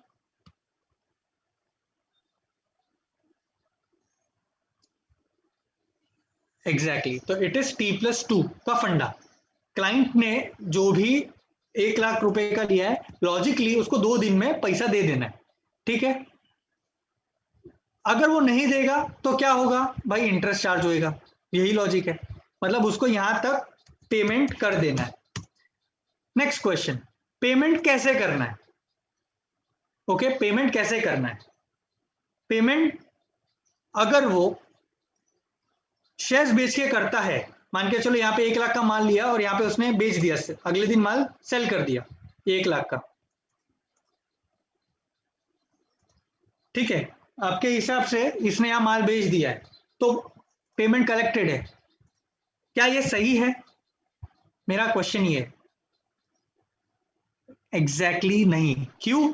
क्योंकि उसने जो माल बेच के पेमेंट किया है उसका डिलीवरी कब आने वाला है, थर्सडे को। पेमेंट चाहिए कब तक का, बाइंग का, वेनेसडे को।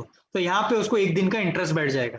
तो हमें अपने कस्टमर्स को यही बोलना है कोशिश करके कि जो 2 दिन का मौका मिला है ना पैसे तो ट्रांसफर करके करो या चेक दे दो।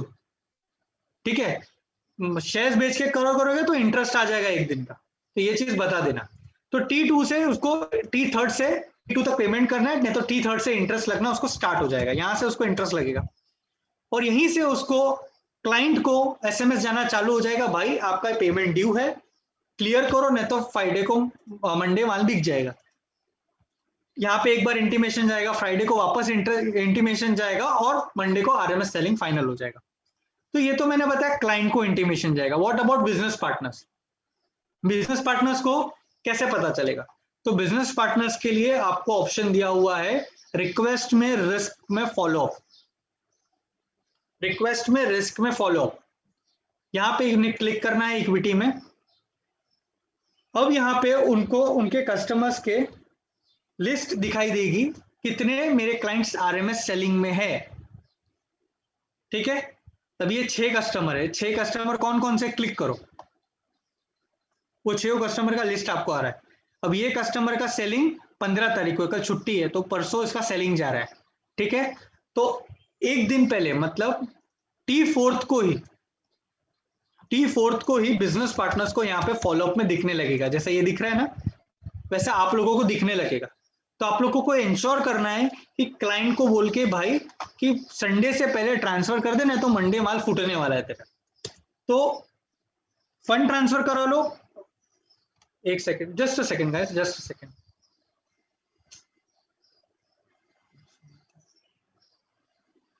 सौमित्रा वेबिनार में कॉल करता हूँ तेरे को। ओके, सो ये आपको ऑप्शन यहाँ पे अवेलेबल है, रिक्वेस्ट में, रिस्क में, फॉलोअप में, इक्विटी। तो यहाँ पे आपको लिस्ट दिख जाएगी फॉलोअप की, ताकि आपको फ्रेंडली क्लाइंट को बोलना है फंड ट्रांसफर कर रहा है तो बहुत अच्छा, अगर बोलता है क्लाइंट चेक दे रहा है तो आपको करना क्या है, ये जो क्लाइंट कोड है ना, मान के चलो ये वाला क्लाइंट कोड, ये कितने का सेलिंग है इसका, करीबन आरएमएस सेलिंग है 3,000 रुपए का सेलिंग आ रहा है। तो क्लाइंट बोलता है नहीं मैं चेक देता हूँ, मैं फंड ट्रांसफर नहीं कर रहा, तो आप क्या करोगे, ये क्लाइंट कोड पे क्लिक करके यहाँ पे चेक का नंबर डाल दो और अमाउंट डाल दो जितने का वो दे रहा है और सबमिट कर दो। और साथ साथ में मतलब इसको बोलते हैं फॉलो अप अपडेट करना, ये जो फॉलो अप है उसको आप अपडेट कर रहे हो, ठीक है। और मनी पे इन एंट्री भी वो चेक का कर दो। जब मंडे को आरएमएस सेलिंग का दिन आएगा तब आरएमएस टीम क्या देखेगी, चेक करेगी, हाँ ये क्लाइंट का फॉलो अप अपडेट हो गया है, मतलब इसका चेक आने वाला है, तो इसका आरएमएस सेलिंग यहाँ पे होल्ड हो जाएगा, ठीक है। तो फॉलो अप अपडेट करना बहुत जरूरी है, फॉलो अप अपडेट नहीं किया तो कहानी खत्म, फिर आरएमएस सेलिंग आपका गारंटेड है, होना ही होना, ठीक है। अब इसमें भी ना क्लाइंट बहुत शाने होते हैं, मैं आपको एक्सपीरियंस बता रहा हूँ, क्लाइंट बहुत शाने होते हैं। क्लाइंट क्या करते हैं पता है आपको, क्लाइंट आपका आरएमएस सेलिंग रुकवाने के लिए ना चेक बोल देते हैं, हाँ ये चेक नंबर है, ये ले लो, ये चेक का मैं फोटो दे रहा हूँ, मैं आपको चेक दे दूंगा, मेरा आरएमएस सेलिंग रुकवा दो। पर बाद में पता चलता है क्लाइंट चेक ही नहीं देता है। तो आरएमएस टीम भी यहाँ कम मतलब बोलते ना बहुत ध्यान रखती है, चेक दिया तो बट ऑफिस 2 से 3 दिन में आएगा ही क्लियर होकर। तो आरएमएस टीम क्या करती है, वेट करती है 3 से 4 दिन, मतलब वो वीक वेट करती है कि क्लाइंट ने बुलाया चेक दिया है आने वाला है। अगर क्लाइंट का चेक नहीं आया तो वो केस में जस्ट बिकॉज की सेलिंग रुकवाना था तो उसने ब्लफ मार दिया, तो वो केस में आरएमएस टीम भी एक्शन लेगी। अगर उसका चेक नहीं आया वो वीक में तो आरएमएस टीम उसको पेनल्टी मारेगी। कितना, नोट करो, 1% ऑफ द चेक वैल्यू और ₹500 whichever is higher, 1% of the check value or ₹500 whichever is higher, ठीक है। अगर 1 लाख का चेक देने वाला था, 1% कितना हुआ, करीबन ₹1000 हुआ या ₹500, विच एवर इज हायर क्या है इसमें, ₹1000, तो ₹1000 उसको पेनल्टी लगा, मतलब इंटरेस्ट आई मीन टू से पेनल्टी लगेगा, ठीक है। तो क्लाइंट को बोलना है भाई चेक दे रहा है तो दे देना, नहीं तो फिर इसमें भी पेनल्टी खाएगा, ठीक है। तो ये था फॉलोअप का, ये मैंने फॉलोअप जो बताया आपको कैश का बताया। What about derivatives and all, RMS selling T+5 cash market का बताया। व्हाट अबाउट डेरिवेटिव,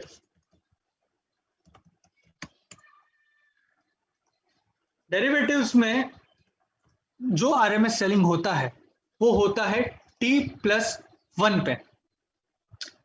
9 दिसंबर 9 या 18 दिसंबर जितना मुझे याद आ रहा है, यस, सर्कुलर देख लेना, मेरी गंदी आदत है बार बार बोलने की, सर्कुलर जरूर देखो, बिकॉज मार्केट से रिलेटेड जो भी अपडेट्स है आपको अपडेट होना चाहिए, तो ही आप अपने कस्टमर को प्रॉपर गाइड कर पाओगे, ठीक है।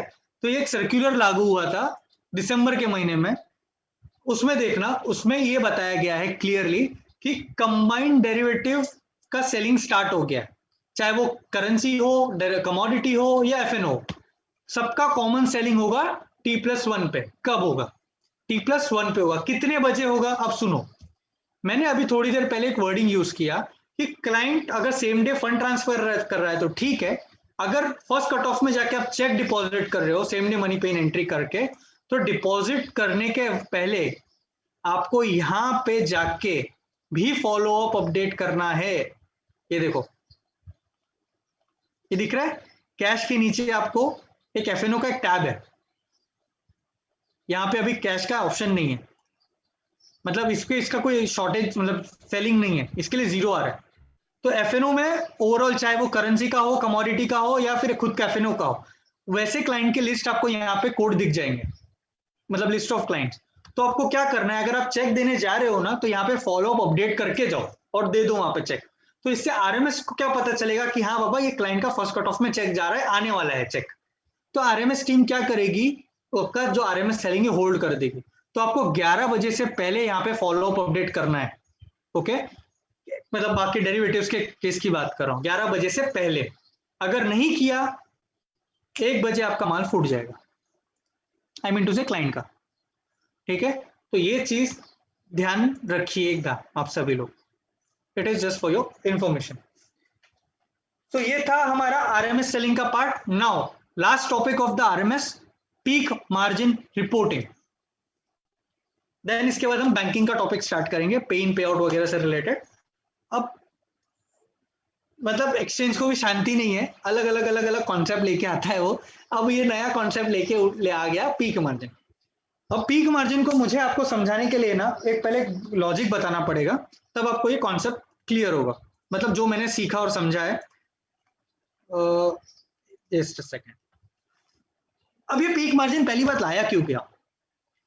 पीक, हमने ये वर्ड यूज किया अभी, ईओडी मार्जिन। ये ईओडी मार्जिन क्या था? ये कैरी फॉरवर्ड के लिए, जो बंदे लोग डिलीवरी लेके जा रहे हैं ना उसके लिए ये, ठीक है, जिसको हम लोग ईओडी मार्जिन बोलते हैं। बट ये पीक मार्जिन जो कॉन्सेप्ट आया ना, ये आया इंट्राडे के लिए।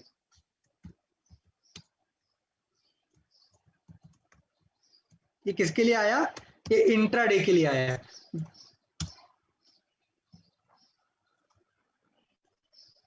अभी क्यों आया? सेबी को लाने का क्या जरूरत था? ये चीज क्या हो रहा था कि ऐसा बताया गया कि बहुत से ब्रोकर, जो छोटे छोटे ब्रोकर्स है ना, या फिर बड़े भी बोलो, क्योंकि बड़ों के पास उतना उतना फंड्स अवेलेबल है मार्जिन देने के लिए, तो ये लोग क्या कर देते, 10 टाइम, 15 टाइम, 20 टाइम, मल्टीपल उनके कैपिटल पे लिमिट देते थे। जैसे कि अपने पास एक प्रोडक्ट है वैल्यू प्लस मार्जिन प्लस जो था, तो उसमें क्या था कि अगर क्लाइंट के पास 1 लाख रुपया भी है ना, हम उसको 20 टाइम लिमिट देते थे। मतलब 1 लाख पे वो 20 लाख तक का माल बाय कर सकता था पहले, सितंबर 2020 के पहले। तो ये क्या था?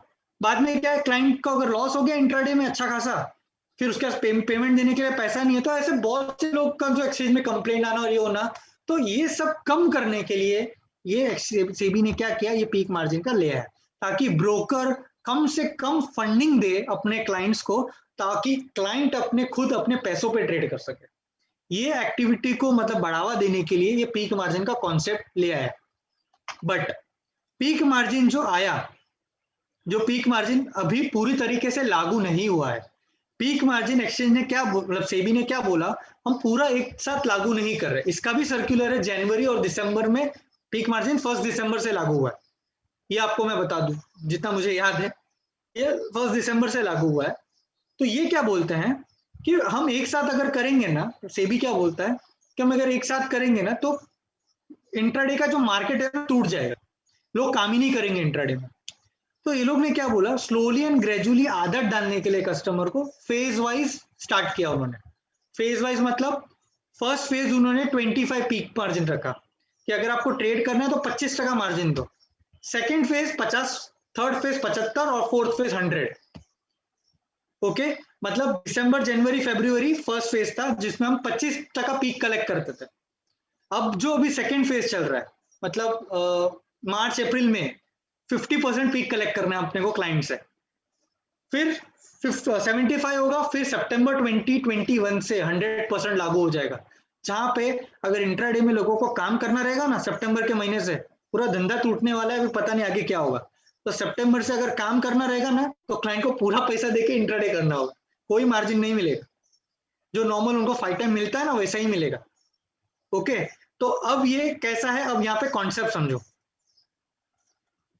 तो पहला फेज था 25% का, सेकेंड फेज जो हम कलेक्ट कर रहे हैं 50%।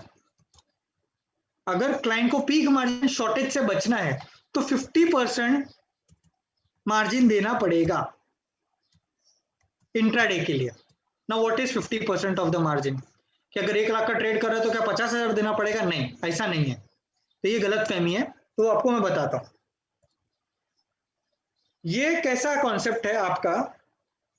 50% आपको कैसे देना है, मतलब क्लाइंट से अगर शॉर्टफॉल से बचाना है तो क्या करना है, तो ये कॉन्सेप्ट समझो। ये आपको मैं एक टेबल बना रहा हूं, पहले टेबल समझो। एग्जांपल ये मेरा है डिलीवरी का,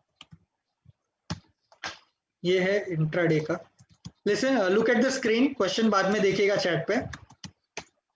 ये डिलीवरी का है, और डिलीवरी में मैं सपोज रिलायंस का कोई स्टॉक है वो मैं लेके जा रहा हूँ, और सेम मैं इंट्राडे भी कर रहा हूँ। ठीक है, मेरे पास 1 लाख रुपया पड़ा हुआ था, मेरे पास 1 लाख रुपया पड़ा हुआ था। अब 1 लाख पे मैं स्टैंडर्ड कितना लिमिट देता हूँ? 5 टाइम लिमिट देता हूँ। तो मतलब मैं 5 लाख तक का मार्जिन, मतलब 5 लाख तक का ट्रेड कर सकता था, राइट? 5 लाख तक का ट्रेड कर सकता हूँ। तो 5 लाख का मतलब अगर ट्रेड करना था, एक्चुअली बोला था कि अगर कैरी कर रहे हो, अगर कैरी कर रहे हो तो मिनिमम 20% मार्जिन तो मेंटेन करके चलना है। ये अभी थोड़ी देर पहले बोला मैंने। तो यहाँ पे वही हो गया, 1 लाख पे 5 टाइम 5 लाख, तो 5 लाख का 20% कितना हुआ? 1 लाख ही होता है ना, कैलकुलेट करके देख लो। 5 लाख का 20% कितना है? इट्स 1 लाख। तो मतलब मेरा मार्जिन मेंटेन है 1 लाख रुपए का, तो मैं 5 लाख तक का सौदा उठा सकता हूँ। इन शॉर्ट 4 लाख का एडिशनल अमाउंट का सौदा उठा सकता हूँ मैं, मेरा 1 लाख का 20% मार्जिन मेंटेन किया हुआ है। तो ये रहा मेरा 20% का मार्जिन, ठीक है। बट अगर मैं इंट्राडे कर रहा हूं तो क्या कॉन्सेप्ट है कि अगर पीक मार्जिन से शॉर्टेज से बचना है तो 20% का मुझे 50% जो सेकेंड फेज चल रहा है उतना मेंटेन करके चलना है to avoid peak margin shortage.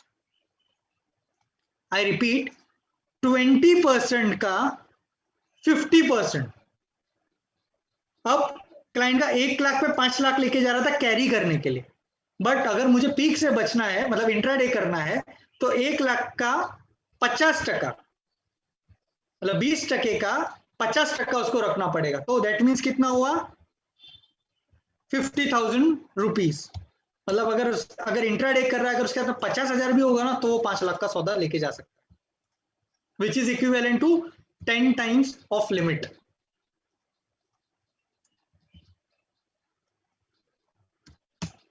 ठीक है, which is equivalent to 10 times of limit.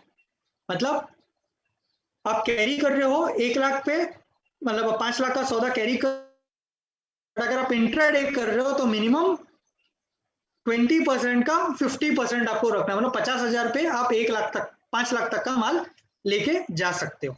तो ये है। अब जैसे नेक्स्ट फेज लागू होगा 75% जब एप्लीकेबल हो जाएगा, अब देखो एक्सचेंज क्या कर रहा है, धीरे धीरे मार्जिन बढ़ा रहा है। अब क्या होगा 20% का 75%, मतलब इसको मार्जिन बढ़ गया 75,000। तो दैट मीन जब आगे चल के 3 महीने बाद जब क्लाइंट का 75,000 होगा ना तब वो 5 लाख का लेके जा पाएगा। तो यहाँ पे जो 10 टाइम्स लिमिट मिल रहा था ना उसको खाली 6-6.5% मिलेगा। अब जैसे ये 100% लागू होगा ना तब ये खत्म, कोई लिमिट नहीं है, जितना पैसा है उस पर काम करो। तो ये कॉन्सेप्ट इसी के लिए एक साथ लागू नहीं किया ताकि इंट्राडे का धंधा ठप हो जाए। तो इसी के लिए इन्होंने धीरे धीरे मार्जिन बढ़ाते जा रहे हैं। सीधी बात है, जैसे जैसे मार्जिन बढ़ेगा तो क्लाइंट अपने आप पैसा खुद से काम करेगा, एडिशनल लिमिट पे काम करना बंद कर देगा।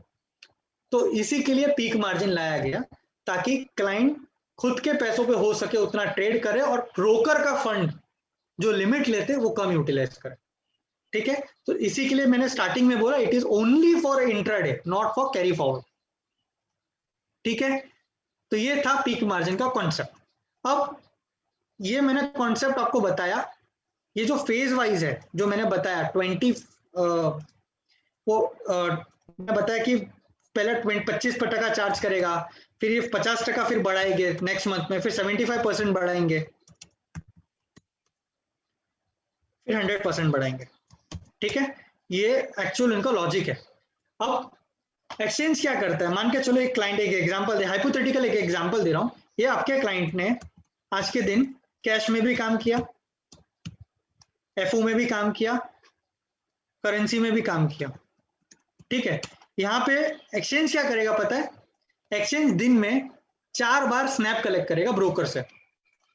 एक्सचेंज दिन में 4 बार स्नैप कलेक्ट करेगा, मतलब रैंडमली, कोई टाइम नहीं है, कभी भी कभी 11 बजे कलेक्ट करेगा, कभी 1 बजे करेगा। तो ये क्लाइंट का एक्सचेंज देखेगा कि ये टाइम पे 10 बजे के करीबन, 12 बजे के करीबन, 1 बजे के करीबन, 3 बजे के करीबन एग्जाम्पल। तो 10 बजे क्लाइंट के पास कैश टाइम में कितना मार्जिन अवेलेबल था, सपोज 1 लाख 1,000 रुपए था। फिर यहाँ पे 2,000 रुपए का रिक्वायरमेंट, 12 बजे का 2,000 का रिक्वायरमेंट आया, फिर यहाँ पे फिर से कम हो गया 1,000 रुपया। ऐसे देखते देखते 4 स्नैप लेगा। अब इसमें क्या है, व्हाट इज पीक, पीक मतलब चोटी, height, right, highest margin of the day. यहाँ पे क्या है, 10 बजे का 1,000 का रिक्वायरमेंट था, 12 बजे 2,000 का रिक्वायरमेंट आया, 1 बजे 1,000 का रिक्वायरमेंट आया और 3 बजे 4,000। हाईएस्ट मार्जिन पूरे दिन में कितना ज्यादा आया, वो है फोर्थ फाइल में, फोर्थ स्नैप में आया, राइट। तो जो फोर्थ है तो यहाँ पे इसका हाईएस्ट मार्जिन बन गया 4,000 रुपया। ओके, तो ये हाईएस्ट मार्जिन क्लाइंट को मेंटेन करके चलना है, peak reportable margin.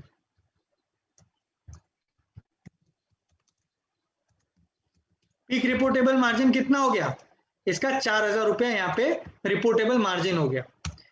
But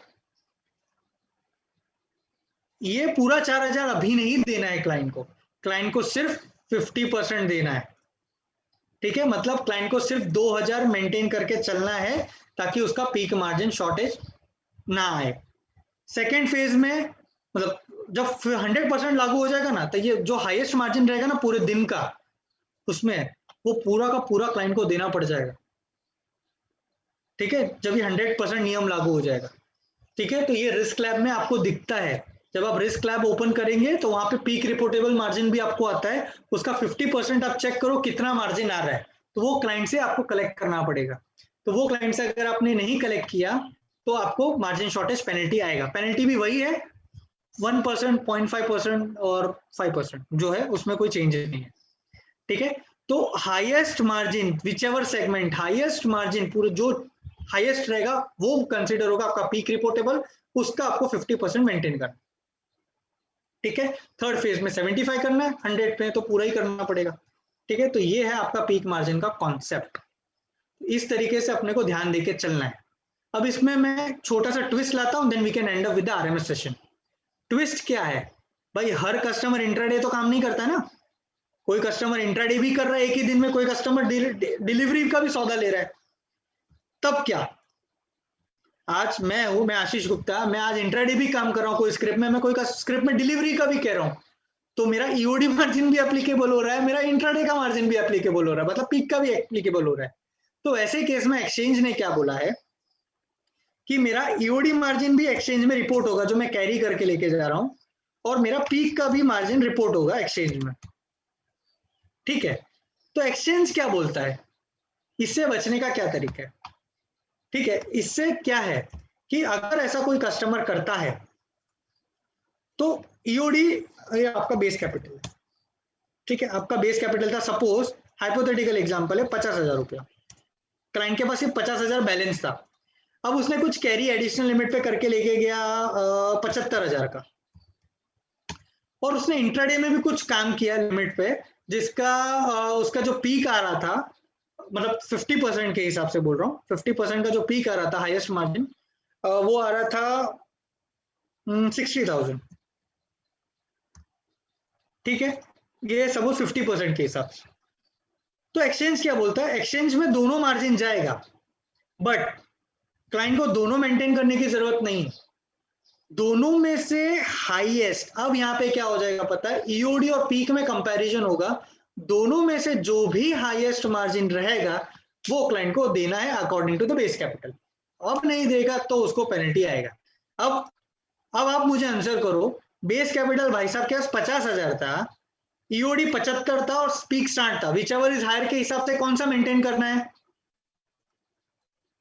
75,000। Base capital कितना है 50,000, शॉर्टेज कितना गया 25,000, 25,000 दे, नहीं तो 25,000 पे तेरे को आ जाएगा मार्जिन शॉर्टेज पेनल्टी। क्लियर, तो ये कॉन्सेप्ट है पीक और ईओडी का, जहां पे मार्जिन दोनों रिपोर्ट हो गए पर हाईएस्ट देखा जाएगा। अगर कोई क्लाइंट खाली ईओडी में काम कर रहा है तो ये दोनों को कंपेयर करेंगे, कोई क्लाइंट पीक में काम कर रहा है तो पीक और बेस कैपिटल कंपेयर होगा, पर कोई क्लाइंट दोनों में कंपेयर हो रहा है तो दोनों में से जो हाईएस्ट होगा वो बेस कैपिटल से कंपेयर किया जाएगा, और जो शॉर्टेज आएगा वो क्लाइंट को भरना है। सो विद दैट नोट अपना आरएमएस का सेशन खत्म हुआ। ठीक है, now quickly we will learn banking, फिर मैं आपका क्यूएनए सेशन स्टार्ट करता हूं। मैंने सिर्फ इंपॉर्टेंट पॉइंट्स कवर किए हैं आज के सेशन में। अब आते हैं बैंकिंग में। तो बैंकिंग का क्या रोल है ब्रोकिंग इंडस्ट्री में, ब्रोकिंग इंडस्ट्री में बैंकिंग का क्या रोल है भाई, पैसे निकालना और पैसे डालना। क्लाइंट का बेसिक वही फंडा है कि पैसे निकालो और पैसे डालो, पे इन एंड पे आउट।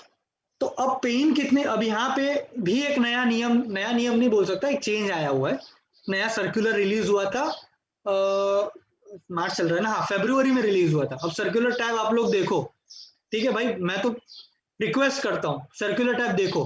फरवरी में एक नया सर्कुलर रिलीज हुआ बैंकिंग के लिए, जहां पे एनईएफटी आरटीजीएस का अकाउंट नंबर चेंज हो गया है। अब वो मैं आपको लाइव स्क्रीन पे दिखाता हूँ, आप फोटो वोटो खींच के रख लीजिएगा ताकि आप कभी कोई कस्टमर मांगे तो उठा के दे सकते हो। ठीक है, तो पहला कॉन्सेप्ट आपको बताता हूँ पे इन के लिए। अगर किसी क्लाइंट को पे इन करना है तो कितने तरीकों से कर सकता है, कोई बता सकता है?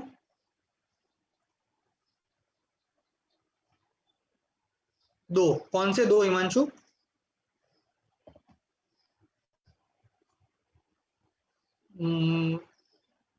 तीन, चार, ओके।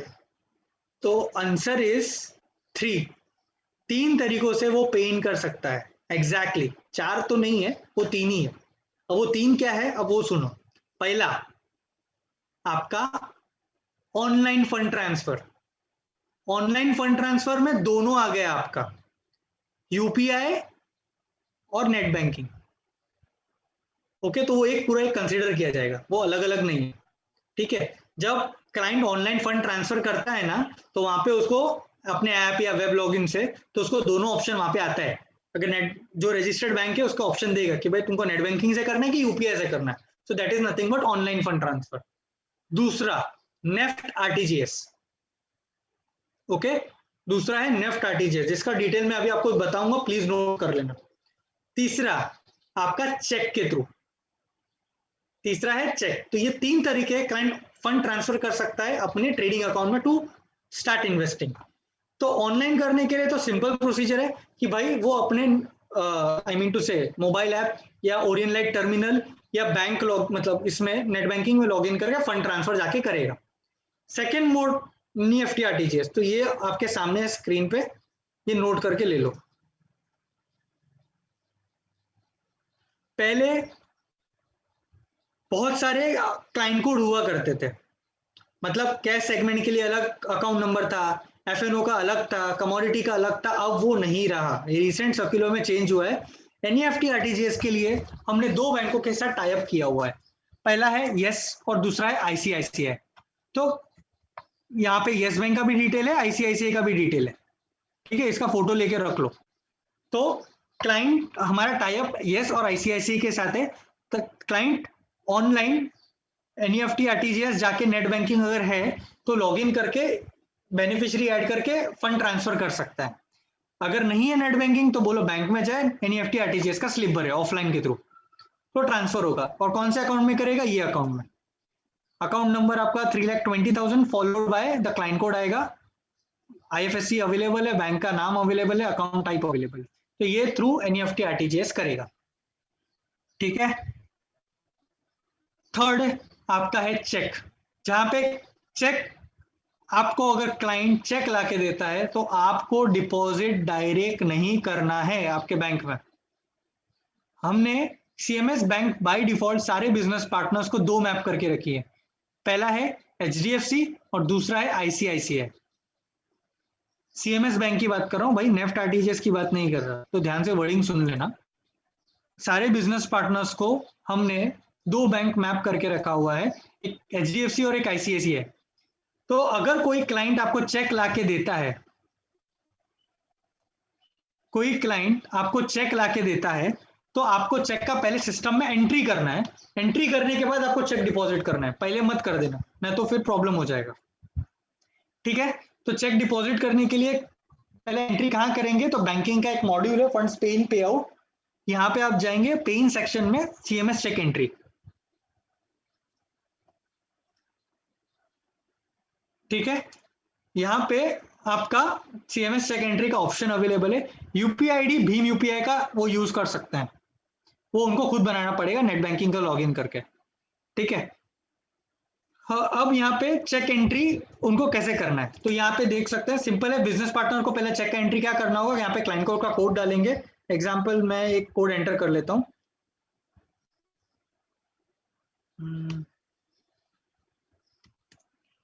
ठीक है, मैंने क्लाइंट कोड एंटर किया।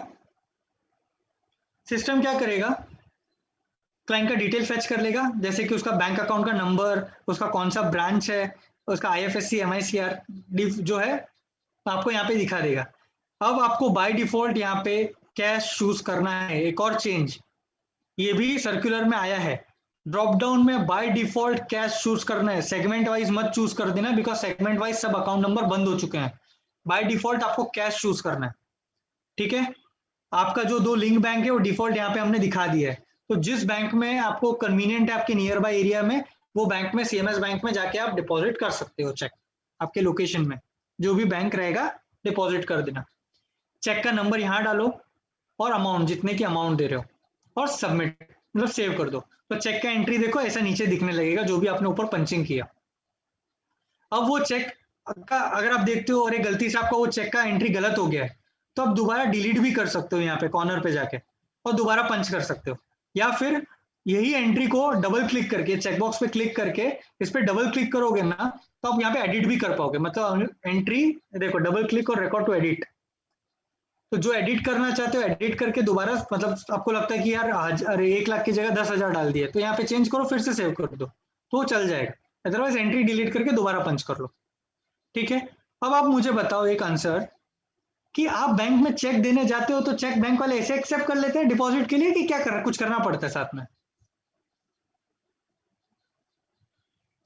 चेक कैसे डिपॉजिट होता है? मतलब एग्जैक्टली डिपॉजिट स्लिप, जिसको हम बोलते हैं CMS slip. Absolutely right Himanshu moonlight जो यूजर है, ऐसे ही चेक नहीं होता, उसके लिए सीएमएस स्लिप देना पड़ता है हमें, जिसको हम बोल सकते हैं डिपॉजिट स्लिप। तो आपके पास दोनों ऑप्शन है कि आपके पास सीएमएस की बुकलेट है तो ठीक, वो भर लो। अगर ज्यादा मेहनत नहीं करना है तो बाजू में देखो यहाँ पे एक ऑप्शन दिया हुआ है एक्सेल और पीडीएफ का, प्री प्रिंटेड स्लिप बनता है, डाउनलोड कर लो, सारा चेक उठा के ये स्लिप अटैच करके बैंक में डिपॉजिट कर दो। नहीं तो बैठे बैठे फिर हम वो स्लिप भरेंगे मैन्युअली, वो क्यों टाइम वेस्ट करना जब प्री प्रिंटेड निकल रहा है तो। ठीक है। तो वैसे ही करके आप तब जाके दोगे ना, तब वैलिड है।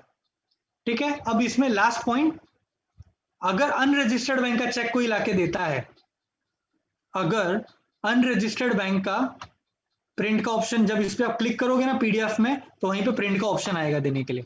ठीक है। अब क्लाइंट के देखो, ये क्लाइंट के 3 बैंक लिंक है, तो जिस बैंक से उसको चेक दे रहा है वो बैंक आपको चूज करना है, जो बैंक का चेक दे रहा है। बट अगर कोई अनरजिस्टर्ड बैंक का चेक है, तो भाई आप सबसे एक रिक्वेस्ट है, हम्बल रिक्वेस्ट है कि पहली बात तो अनरजिस्टर्ड का ना पैसा लेना बंद कर दो। अगर ले रहे हो 1-2 बार ठीक है, उनको बोल दो कि भाई आज मैंने कंसिडर कर रहा हूँ, कल कंसिडर कर रहा हूँ, तू एक काम कर, ई मॉडिफिकेशन करवा ले। मतलब ऐसा अपने क्लाइंट को बोलो कि ई मॉडिफिकेशन से बैंक अपडेट कर दे, या फिर मुझे चेक का फोटो दे दे, मैं स्कैन करके अपडेट कर देता हूँ मेरे सीबॉस के थ्रू। ठीक है, वो अपडेट करवा लो।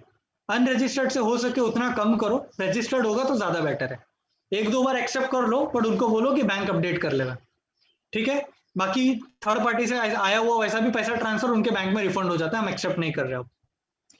ठीक है।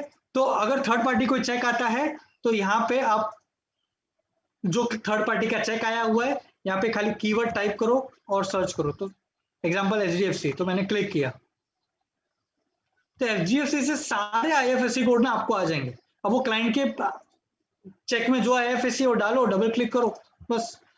बाकी का सब काम सेम है, कुछ करने की जरूरत नहीं है। सेविंग टाइप चूज कर लो, उसका क्या अकाउंट नंबर है चेक पे डालो, चेक का नंबर क्या है और अमाउंट क्या है, बट सेव मत करना। सेव कब करोगे? कब करोगे सेव? सेव आप कब करोगे? अनरजिस्टर्ड का बैंक का चेक है तो कोई बता सकता है?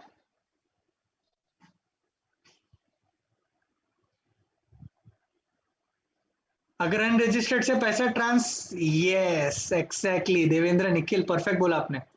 अपलोड करना मत भूलना चेक का इमेज। अनरजिस्टर्ड बैंक है भाई, थर्ड पार्टी में चला जाएगा, फिर माथाफोड़ी करते रहो बैंकिंग टीम के साथ। तो अनरजिस्टर्ड का हो तो चेक का स्कैन इमेज पर्सनलाइज ना अपलोड करके सेव कर देना, तो कोई टेंशन नहीं है, तो थर्ड पार्टी में एंट्री नहीं आएगी। ओके। और एनईएफटी आरटीजीएस कोई ट्रांसफर कर रहा है, पैसा आके तुरंत रिफंड हो जाएगा बैंक में, यहाँ पे दिया क्रेडिट एंट्री दी नहीं जाएगी।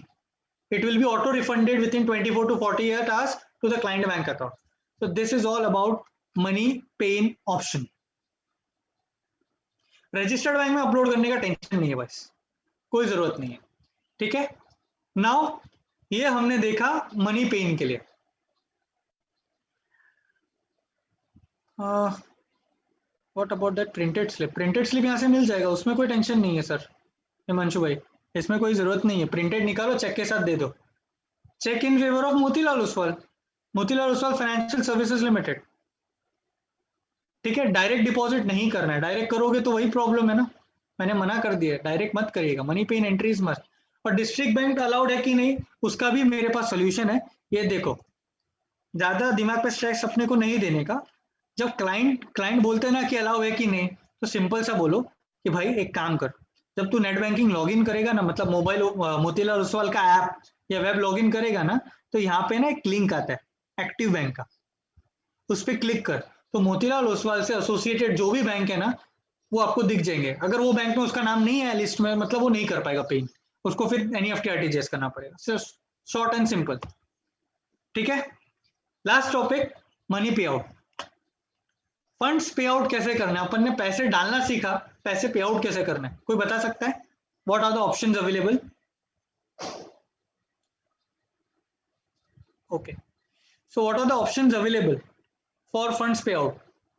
वसीम भाई ने बोला है 2। ओके, डीमन भी बोल रहे हैं 2। मूनलाइट ने बता दिया मोबाइल, यशिका ने बता दिया टर्मिनल। एब्सोल्युटली राइट, तो answer is in front of you. ठीक है, तो 2 तरीके से ऑप्शन अवेलेबल है। पहला तरीका कि अगर आपको करना है, 2 तरीके आपके लिए अवेलेबल है, आई मीन टू से, क्लाइंट के लिए तो एंड नंबर ऑफ सोर्स है, क्लाइंट के लिए तो मल्टीपल ऑप्शन है। क्या है क्लाइंट के लिए? कि या तो क्लाइंट आपको बोलेगा, या फिर वो क्या करेगा, मोबाइल पे लॉगिन करेगा, टर्मिनल पे लॉगिन करेगा, या वेब लॉगिन करेगा।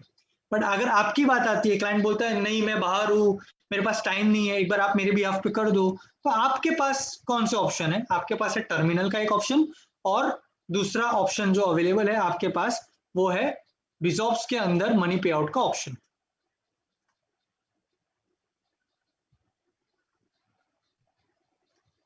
इन्फो साइट्स में मनी पे आउट, जिसको हम लोग बोलते हैं कॉडिस। ये सॉफ्टवेयर का दूसरा नाम भी है कॉडिस, CORDYS, कॉडिस। ओके, तो यहाँ पे आप अपना बिजनेस पार्टनर अपना लॉगिन करेंगे, जो पाठशाला आई मीन टू से जो बिजॉप्स का लॉगिन है, वही लॉगिन यहाँ पे डालना है।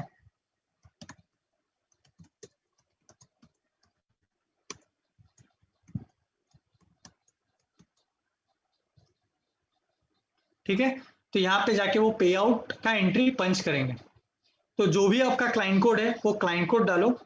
अब नॉर्मल करके पंच कर रहे हैं, और बल्क नॉर्मल मतलब 1 बाय 1, बल्क अपलोड मतलब एक साथ 15 20 100 लोगों का एक साथ पे आउट डालना, तो दैट इज बल्क अपलोड।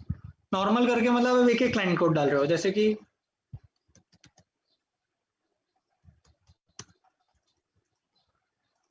मैंने एक क्लाइंट कोड का डाला, अरे एक क्लाइंट कोड,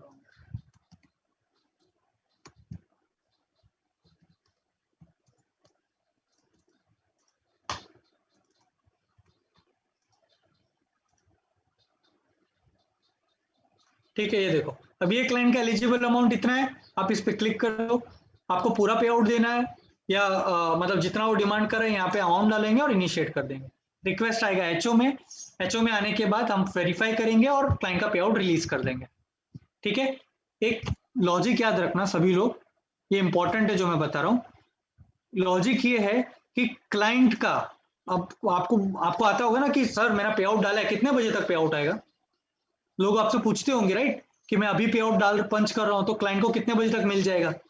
तो साढ़े नहीं 5 बजे के पहले, 5 बजे के पहले जितने भी पे आउट अप्रूव हुए रहेंगे, मैं रिपीट करता हूं, अप्रूव हुए रहेंगे बाय आरएमएस टीम, वो सेम डे रिलीज हो जाएगा। 5 बजे के बाद जो भी पे आउट अप्रूवल में जाएगा वो अगले दिन मॉर्निंग में जाएगा, सिंपल एंड शॉर्ट।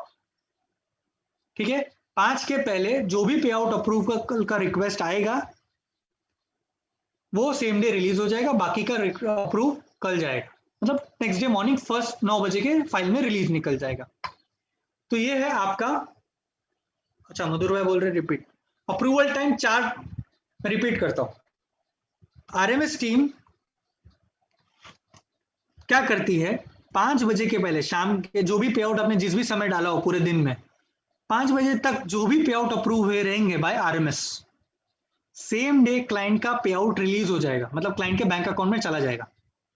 ठीक है, 5 बजे के बाद जो पे आउट अप्रूव हुए रहेंगे वो अगले दिन मॉर्निंग में क्रेडिट होगा क्लाइंट के अकाउंट में। ठीक है, तो ये चीज एक ध्यान रखिएगा। अप टू 5 PM, तो पे आउट हम ऐसा नहीं कि 5 बजे ही करेंगे, पे आउट हम दिन में 4 बार फाइल रन करते हैं, कुछ टाइमिंग जैसे कि एक 10 बजे हो गया, एक 12 बजे हो गया, फिर एक 3 बजे हो गया, फिर एक 5 बजे हो गया। तो ऐसे दिन में हम 4 बार पे आउट का फाइल रन करते हैं और थोड़े थोड़े गैप में ये फाइल में क्लाइंट का पे आउट रिलीज करते चले जाते हैं। बट 5 बजे तक जो भी अप्रूव होगा वो सेम डे रिलीज हो जाएगा। ठीक है, तो ये चीज ध्यान रखना। अब ये अगर आपको चेक करना है कि ये पे आउट अप्रूव है कि नहीं, तो यहाँ पे पे आउट सर्च का ऑप्शन दिया हुआ है, फंड्स पे आउट सर्च का। तो यहाँ पे जाके स्टेटस चेक कर लो कि भाई पेंडिंग है कि अप्रूव है। देखो एक चेक करके बताता हूँ आपको। 1 तारीख से चलो हम देख लेते हैं 2 दिन पहले का पे आउट का क्या स्टेटस है और आज का भी देख लेते हैं। ठीक है, और सर्च करते हैं। अच्छा, कोई पे आउट नहीं गया है। अच्छा, तो डेटा नीचे अवेलेबल है आपके। अब यहाँ पे पता भी चलता है आप लोगों को, आपको खुद दिखेगा ये पे आउट किसने डाला है, आपने डाला है कि क्लाइंट ने डाला है। देखिए क्रिएटेड बाय, क्लाइंट कोड आ रहा है मतलब क्लाइंट ने डाला है, आर कोड आ रहा है मतलब बिजनेस पार्टनर ने पे आउट पंच किया है। कंप्लीटेड ट्रांजेक्शन स्टेटस, रिजेक्ट हुआ है, पेंडिंग फ्रॉम बैंकिंग, ये शायद पे आउट कब का है, ये देख पेंडिंग फ्रॉम बैंकिंग। तो आपको अगर देखना है कि पेंडिंग है तो पेंडिंग की कौन सी तारीख का पे आउट है वो चेक करना है। क्लाइंट का नाम, कौन सा सेगमेंट, कितना अमाउंट था, कितना अमाउंट मांगा था, कितना डिडक्ट करके उनको मिल रहा है, कि पूरा का पूरा पे आउट जा रहा है वो भी आपको दिखेगा, कौन से अकाउंट में पे आउट गया है। ये है आपका यूटीआर नंबर, ये नोट कर लो। ये यूटीआर नंबर है। क्लाइंट बोलता है ना यार आपने तो पे आउट चला गया, मेरे बैंक में क्रेडिट नहीं हुआ है, आपको क्वेश्चन आएगा कि आपने पे आउट रिलीज कर दी है, अप्रूव भी हो गया, पर क्लाइंट बोलता है मेरे बैंक में तो क्रेडिट ही नहीं हुआ। तो बोलने का सर ये लो नंबर, ये आप अपने बैंक में दिखा दो, आपको क्रेडिट मिल जाएगा, हमारी तरफ से जा चुका है। तो इसी के लिए यूटीआर नंबर जनरेट हुआ है। ठीक है, और ये कौन से डेट में पंच हुआ है वो डेट भी आपको यहाँ पे दिख जाएगा। ठीक है, सो ये बेसिक आपका लॉग था पे out. So that's it from my and. मतलब अब आपके जो भी क्वेरीज है आप चैट में डाल सकते हैं। I will try my best to answer all your questions. So सारा इंपॉर्टेंट पॉइंट जो हो सकता था मैंने कवर करने की कोशिश की। So let us start finally.